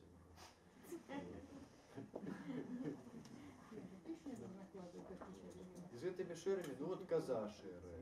Каза шэрая як бы вельмі важны персонаж у міфалогіі. Ад яе залежыць як бы все, што як бы народзіцца на наступны год. Там ключы ад вырая, таксама галка шэрая прыносіць у міфалогіі і адмыкае імі зямлю.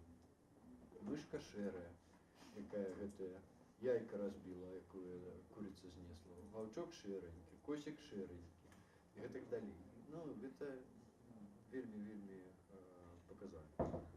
Вось, так што тут як бы вся гэта як бы там каларызацыя, тут вельмі шмат розных прыкладаў. Драўляныя хаты не фарбаваліся. Гэта як бы, ну, уласцівасць дрэва, і таксама гэта вось, ну, вельмі цікавая як бы такая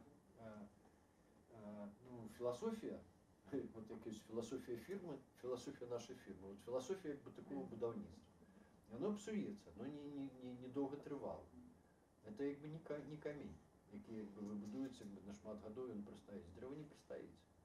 Вы як бы праз некалькі гадоў, калі яно пачнецца як бы завальвацца, вы можете яго падрамантаваць.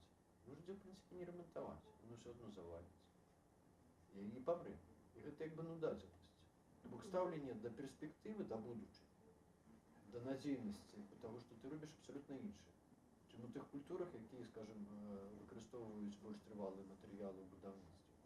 Гэта здаецца, што гэта нібыта так, гэта як бы укладаецца ў галаву стаўленне як бы да культура працы, стаўленне да свайго прадукта.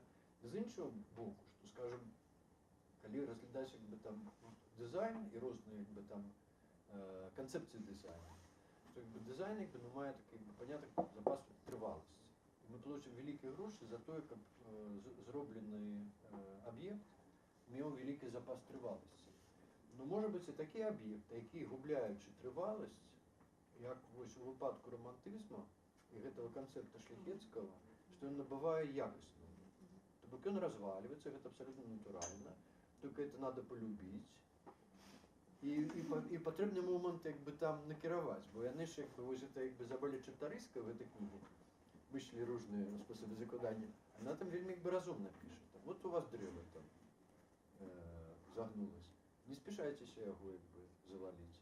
Хай оно пастаіць, а вы пакладзіце камень перад ім, напішыце там сумную эпітафію. Ну, вось, і тут як бы вось это рознае Ценішэрава. І што апошні зелёны, да? І слухайце, мы все паспелі. Ну, 2,5 гадзіны все ж паспелі. Так. Ну, цягнікі з'ехалі, видимо, да?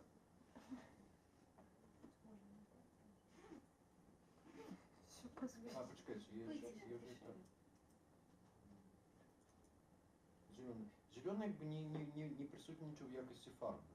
Абсолютно. Он присутнічае як бы вельмі шмат в якости як бы раслинности. И он як бы, ну это ясно абсолютно, что як бы там у людей леса он не может не присутнічаць. И тут просто як бы столькі этой зёлкі, гэта асобная тэма зёлкі, якія набіраюць всю гэтую моц сусвету.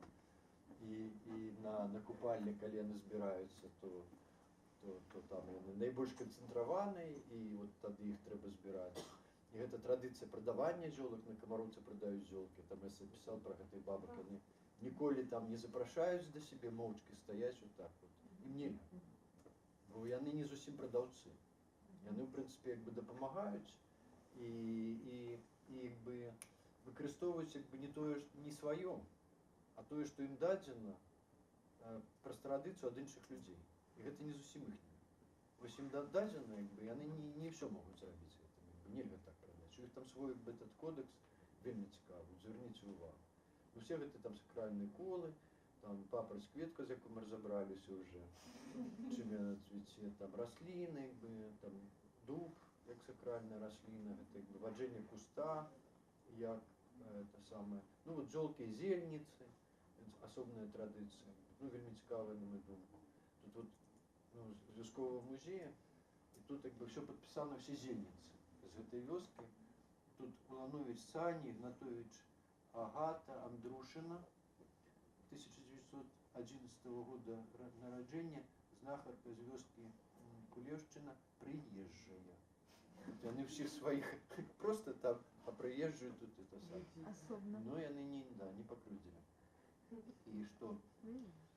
А, ну і таксама цікавы гэта як бы вось там татары як бы і зеляніна. Да, як бы спецыфікацыя татараў, спецыялізацыя татараў як бы ўжо 300 гадоў вырошчвання зеляніны на Беларусі. Першая зеляніна дагэтуль як бы у Менску з Іве прывозіцца. І татары як лепшыя зеленшчыкі, гэта вось як бы Чачафаня з Іве.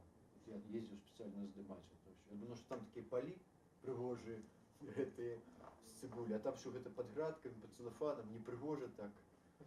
Ну, зато люди классные. Яны там, конечно, запахиваюсь, там будь здоров. Я вось так і выглядаю. Дрэва амаль што няма, бо дрэва як бы замінаюць вырошчванню гэтай самай. Гэта мечеты. Ну, і а? Так, Югі. Гэта, а вось гэта Крушняны. Ну, по той бок мяжы, таксама татарскае мястэчка. Ну, зелёны там в кафлі выкарыстоўваўся. Ну, гэта як бы таксама такі хутчэй тэхналагічны, бо як бы там адзін з такіх досить доступных этих, как называется? Что? Да, докладно. Яна як зеленого кольору, она вядома як бы вось з этого з сярэднявечча, і гэта такія вось таксама цікава, што вы заўважце, што на Беларусі заўсёды існавала прафесійная цехавая вытворчасць, якая працавала абсалютна як бы на ўзроўні тэхналагічным еўрапейскім. Это вось як бы 16 стагоддзя, вось як бы абсалютна такі ж самы посуд вырабляўся ў Еўропе, тэхналагічным па форме. Вось кафля, якая выраблялася цехамі. Вось гэта як бы там кафля таксама. Пры гэтым як бы ну кераміка народная, якая даіснавала до 20 стагоддзя, абсалютна нязменных народных гэтых формах. Прычым геніяльных абсалютна з пункту гледжання формы. Вось беларуская кераміка, яна просто геніяльная. Чаму? Таму што як бы і гэта вельмі добра бачна вось у музеі варшаўскім этнаграфічным, там вся кераміка з усёй як бы тэрыторыі Польшчы сабрана. Бо звычайна як бы ёсць такая тэорыя культурных адпадаў. Народное мастацтва, оно пераймае культуру Нобелев, только робит как умеет. Ну, не зусім там атрымліваецца, где-то кривовато, но весь час як бы імкнецца вот паўтарыць. А тут оно так не працавала, тут оно нічога не пераймала. Тут оно весь час адтранслявала саму сябе, а гэта форма такая транслюецца, она просто як будто як камень, які ў акіяне абкатваецца хвалі, он прымае як бы абсалютна ідэальную форму, якую нічога лішняга няма, там одна функція, функцыянальнасць.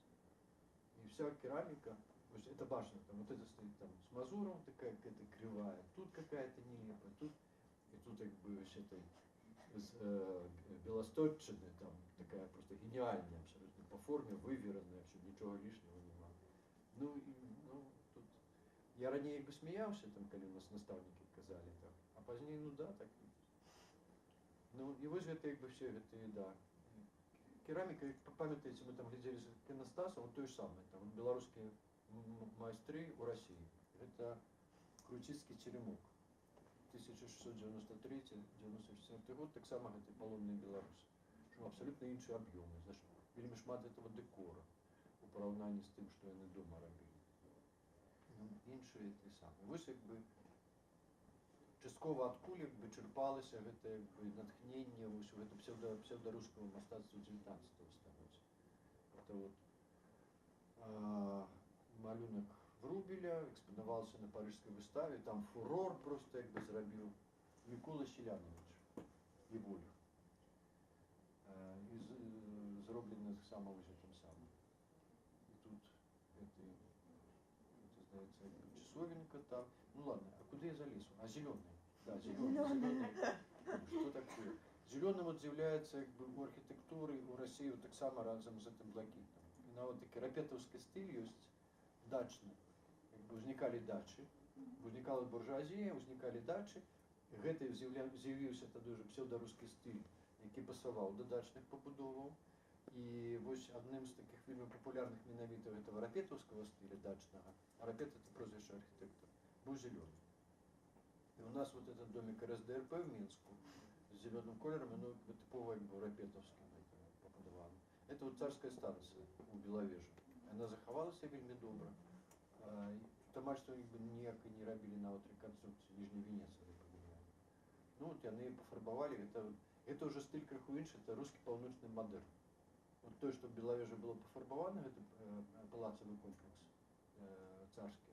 І он у стилі руского паўночнага мадэрна, які ў сваю чаргу утварыўся пад уплывам шведскага і фінскага стыля, нацыянальнага романтызма, так званого. Это бачна. Вось домик РСДРП. Так, тут это, значит, вось это зеленые дахи, які зараз паўсюдна як бы узнікаюць, хаця не ўласціва. А тут я показываю просто откуда яны беруцца. Вось этого Абрамцева, яны придумали фарбаваць. А яны пофарбовали зеленый, бо думали, что так окисел меди выглядает. И в принципе вот это зеленый колер, это просто вот так вот, типа вот думается, что так окисло выглядает, а он как бы выглядает по-іншому. И у нас медь в огне не окисляется в этой как бы бирюзу. У нас медь как бы у нас іншие природные умовы, и у нас медь набывает темно-брунатные тени. Но ніколи у нас не бывает такими, как у Заходней Европе, бирюзовые. И тут как бы интеграция, вот для шляхетской культуры вельми важна интеграция в природу. Вот Изабелі Чарторийська, тут вышли разные способы закладания огорода, тут цитаты, разные классные такие. Тут вот там класныя таксама ілюстрацыі у гэтай кніжцы. Вельмі прафесійна зроблена ўсё. В прынцыпе, ідэі, які яна там выкладае, яны актуальны дагэтуль. Вот там як бы Зеленхозу як бы павучыцца. І зараз гэта ўсё як бы вот як оно пераклікаецца. І яна там пра прыгажосць старых дрэваў там піша. І зараз гэта пераклікаецца з гэтымі ўсімі экалагічнымі такімі моднымі вельмі кірункамі архітэктуры, там вертыкальным азелененнем, там гэта Беластоцкая опера вось зараз як бы пабудавана, вось так яна будзе выглядаць, калі там що зарасце. І гэта ўсё як бы ўжо было, прынамсі у нашай культуры. Гэта этот парк, які не мог прыгадаць мінулы раз, да, Белянов, краявідны, гэта як бы там паслядоўнікі. І што, вось так як бы, дарэчы, аўтэнтычная шляхецкая сядзіба, драўляная, вось так вот павінна выглядаць Завішаў сядзіба. Вот так павінен выглядаць шляхецкі дом. Просты. Гэты Булгак сфармуляваў тры катэгорыі, якімі мусіць які валодаць сапраўдны шляхецкі дом. Гэта прастата, годнасць і блізасць да прыроды. Как вам такое? Простота, гэта як бы насамрэч простота як бы катэгорыя як бы больш складаная, чым здаецца. Простота адна з такіх якасцяў сармацкай культуры. Бо сарматы яны прыўзнасілі гэтую простоту ва ўсіх сэнсах. Простота як бы трактоўкі жыцця, простота як бы вырашэння праблемаў, побытавая простота і гэтак далей. Святая простота так званая. Яна яшчэ паходзіць з гэтай сармацкай культуры. Простота, годнасць, тут тое ж самае. Годнасць як не быць настолькі годным, каб не удаваць таго, кім ты не ёсць. Бок удаваць як бы нешта, чым ты не ёсць, як бы гэта негодна проста. Ты дастаткова як бы вартасны чалавек, каб быць такім, якім ёсць насамрэч. Всё. І трэцяе, гэта вось эта блізасць да прыроды, гэта вось відаць з романтызму ўжо як бы паходзіць, это інтэграцыя, гэта культура разлажэння старыны. Ну і так это як бы гэты дом паходзіць. Гэта сапраўдны як бы такі, і ён як бы, на жаль, праз некалькі гадоў яго не будзе ўжо. В Літве мы знайшлі гэты дом. І так выглядае як бы вось, і так выглядае тое, што руйнуецца. І ў гэтым ёсць свая прыгажосць, як бы, і там для сапраўднага шляхціца. І ён павінен гэта зацэніць і аддаць належнае гэтым. І апошняе, што гэта Беларускай пушчы, я зразумеў, там у меня сябра быў, які памёр ужо, на жаль, і які там рабіў экскурсію па гэтай пушчы, і ён як бы вельмі проста патлумачыў. Ён кажа, што пушча як бы без смерці няма жыцця. Што толькі калі дрэва падае, толькі тады як бы ёсць шанец як бы вырасці маладым дрэвам. Бо пакуль як бы яно стаіць, яно перакрывае святло, тут нічога не будзе расці. І там сапраўды як бы гэта як бы рэзервацыя, там дзе бы нічога не чапаецца. Там пад гэтымі старымі дрэвамі там не прыгожа абсалютна. Там такое ўсё наварочанае, цёмнае, трава не расце. Вот дрэва упала, і оно будзе падаць яшчэ доўга, бо яно спачатку зачэпіцца там за іншыя дрэвы і будзе вісець. Пазней яно як бы там праз год як бы ўсё ж такі ўпадзе, пазней будзе разлагацца яшчэ пару гадоў. Там будзе расці мох, там завядуцца грыбкі, там завядуцца тады кузюркі розныя, інсекты, тады там жабы розныя, яшчарыцы. І за гэты час, пакуль яно ляжыць, дрэвы будуць яго абыходзіць. Дрэвы лінівыя і не будуць як бы лазіць праз гэтыя дрэвы. Яны будуць вакол абыходзіць, і за гэты час там як бы вырастуць дрэвы маленькія.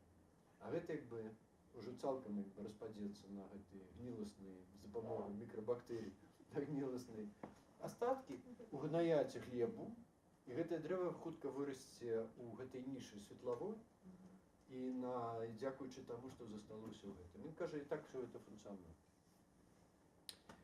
Ну и это, вот, на мою думку, что это самое оптимистичное, что может быть в этом жизни. Вот это снял там, дальше вот это вот первые, бачите, там пробиваются в этих. Ну и все. Так, больше не могу. Питание.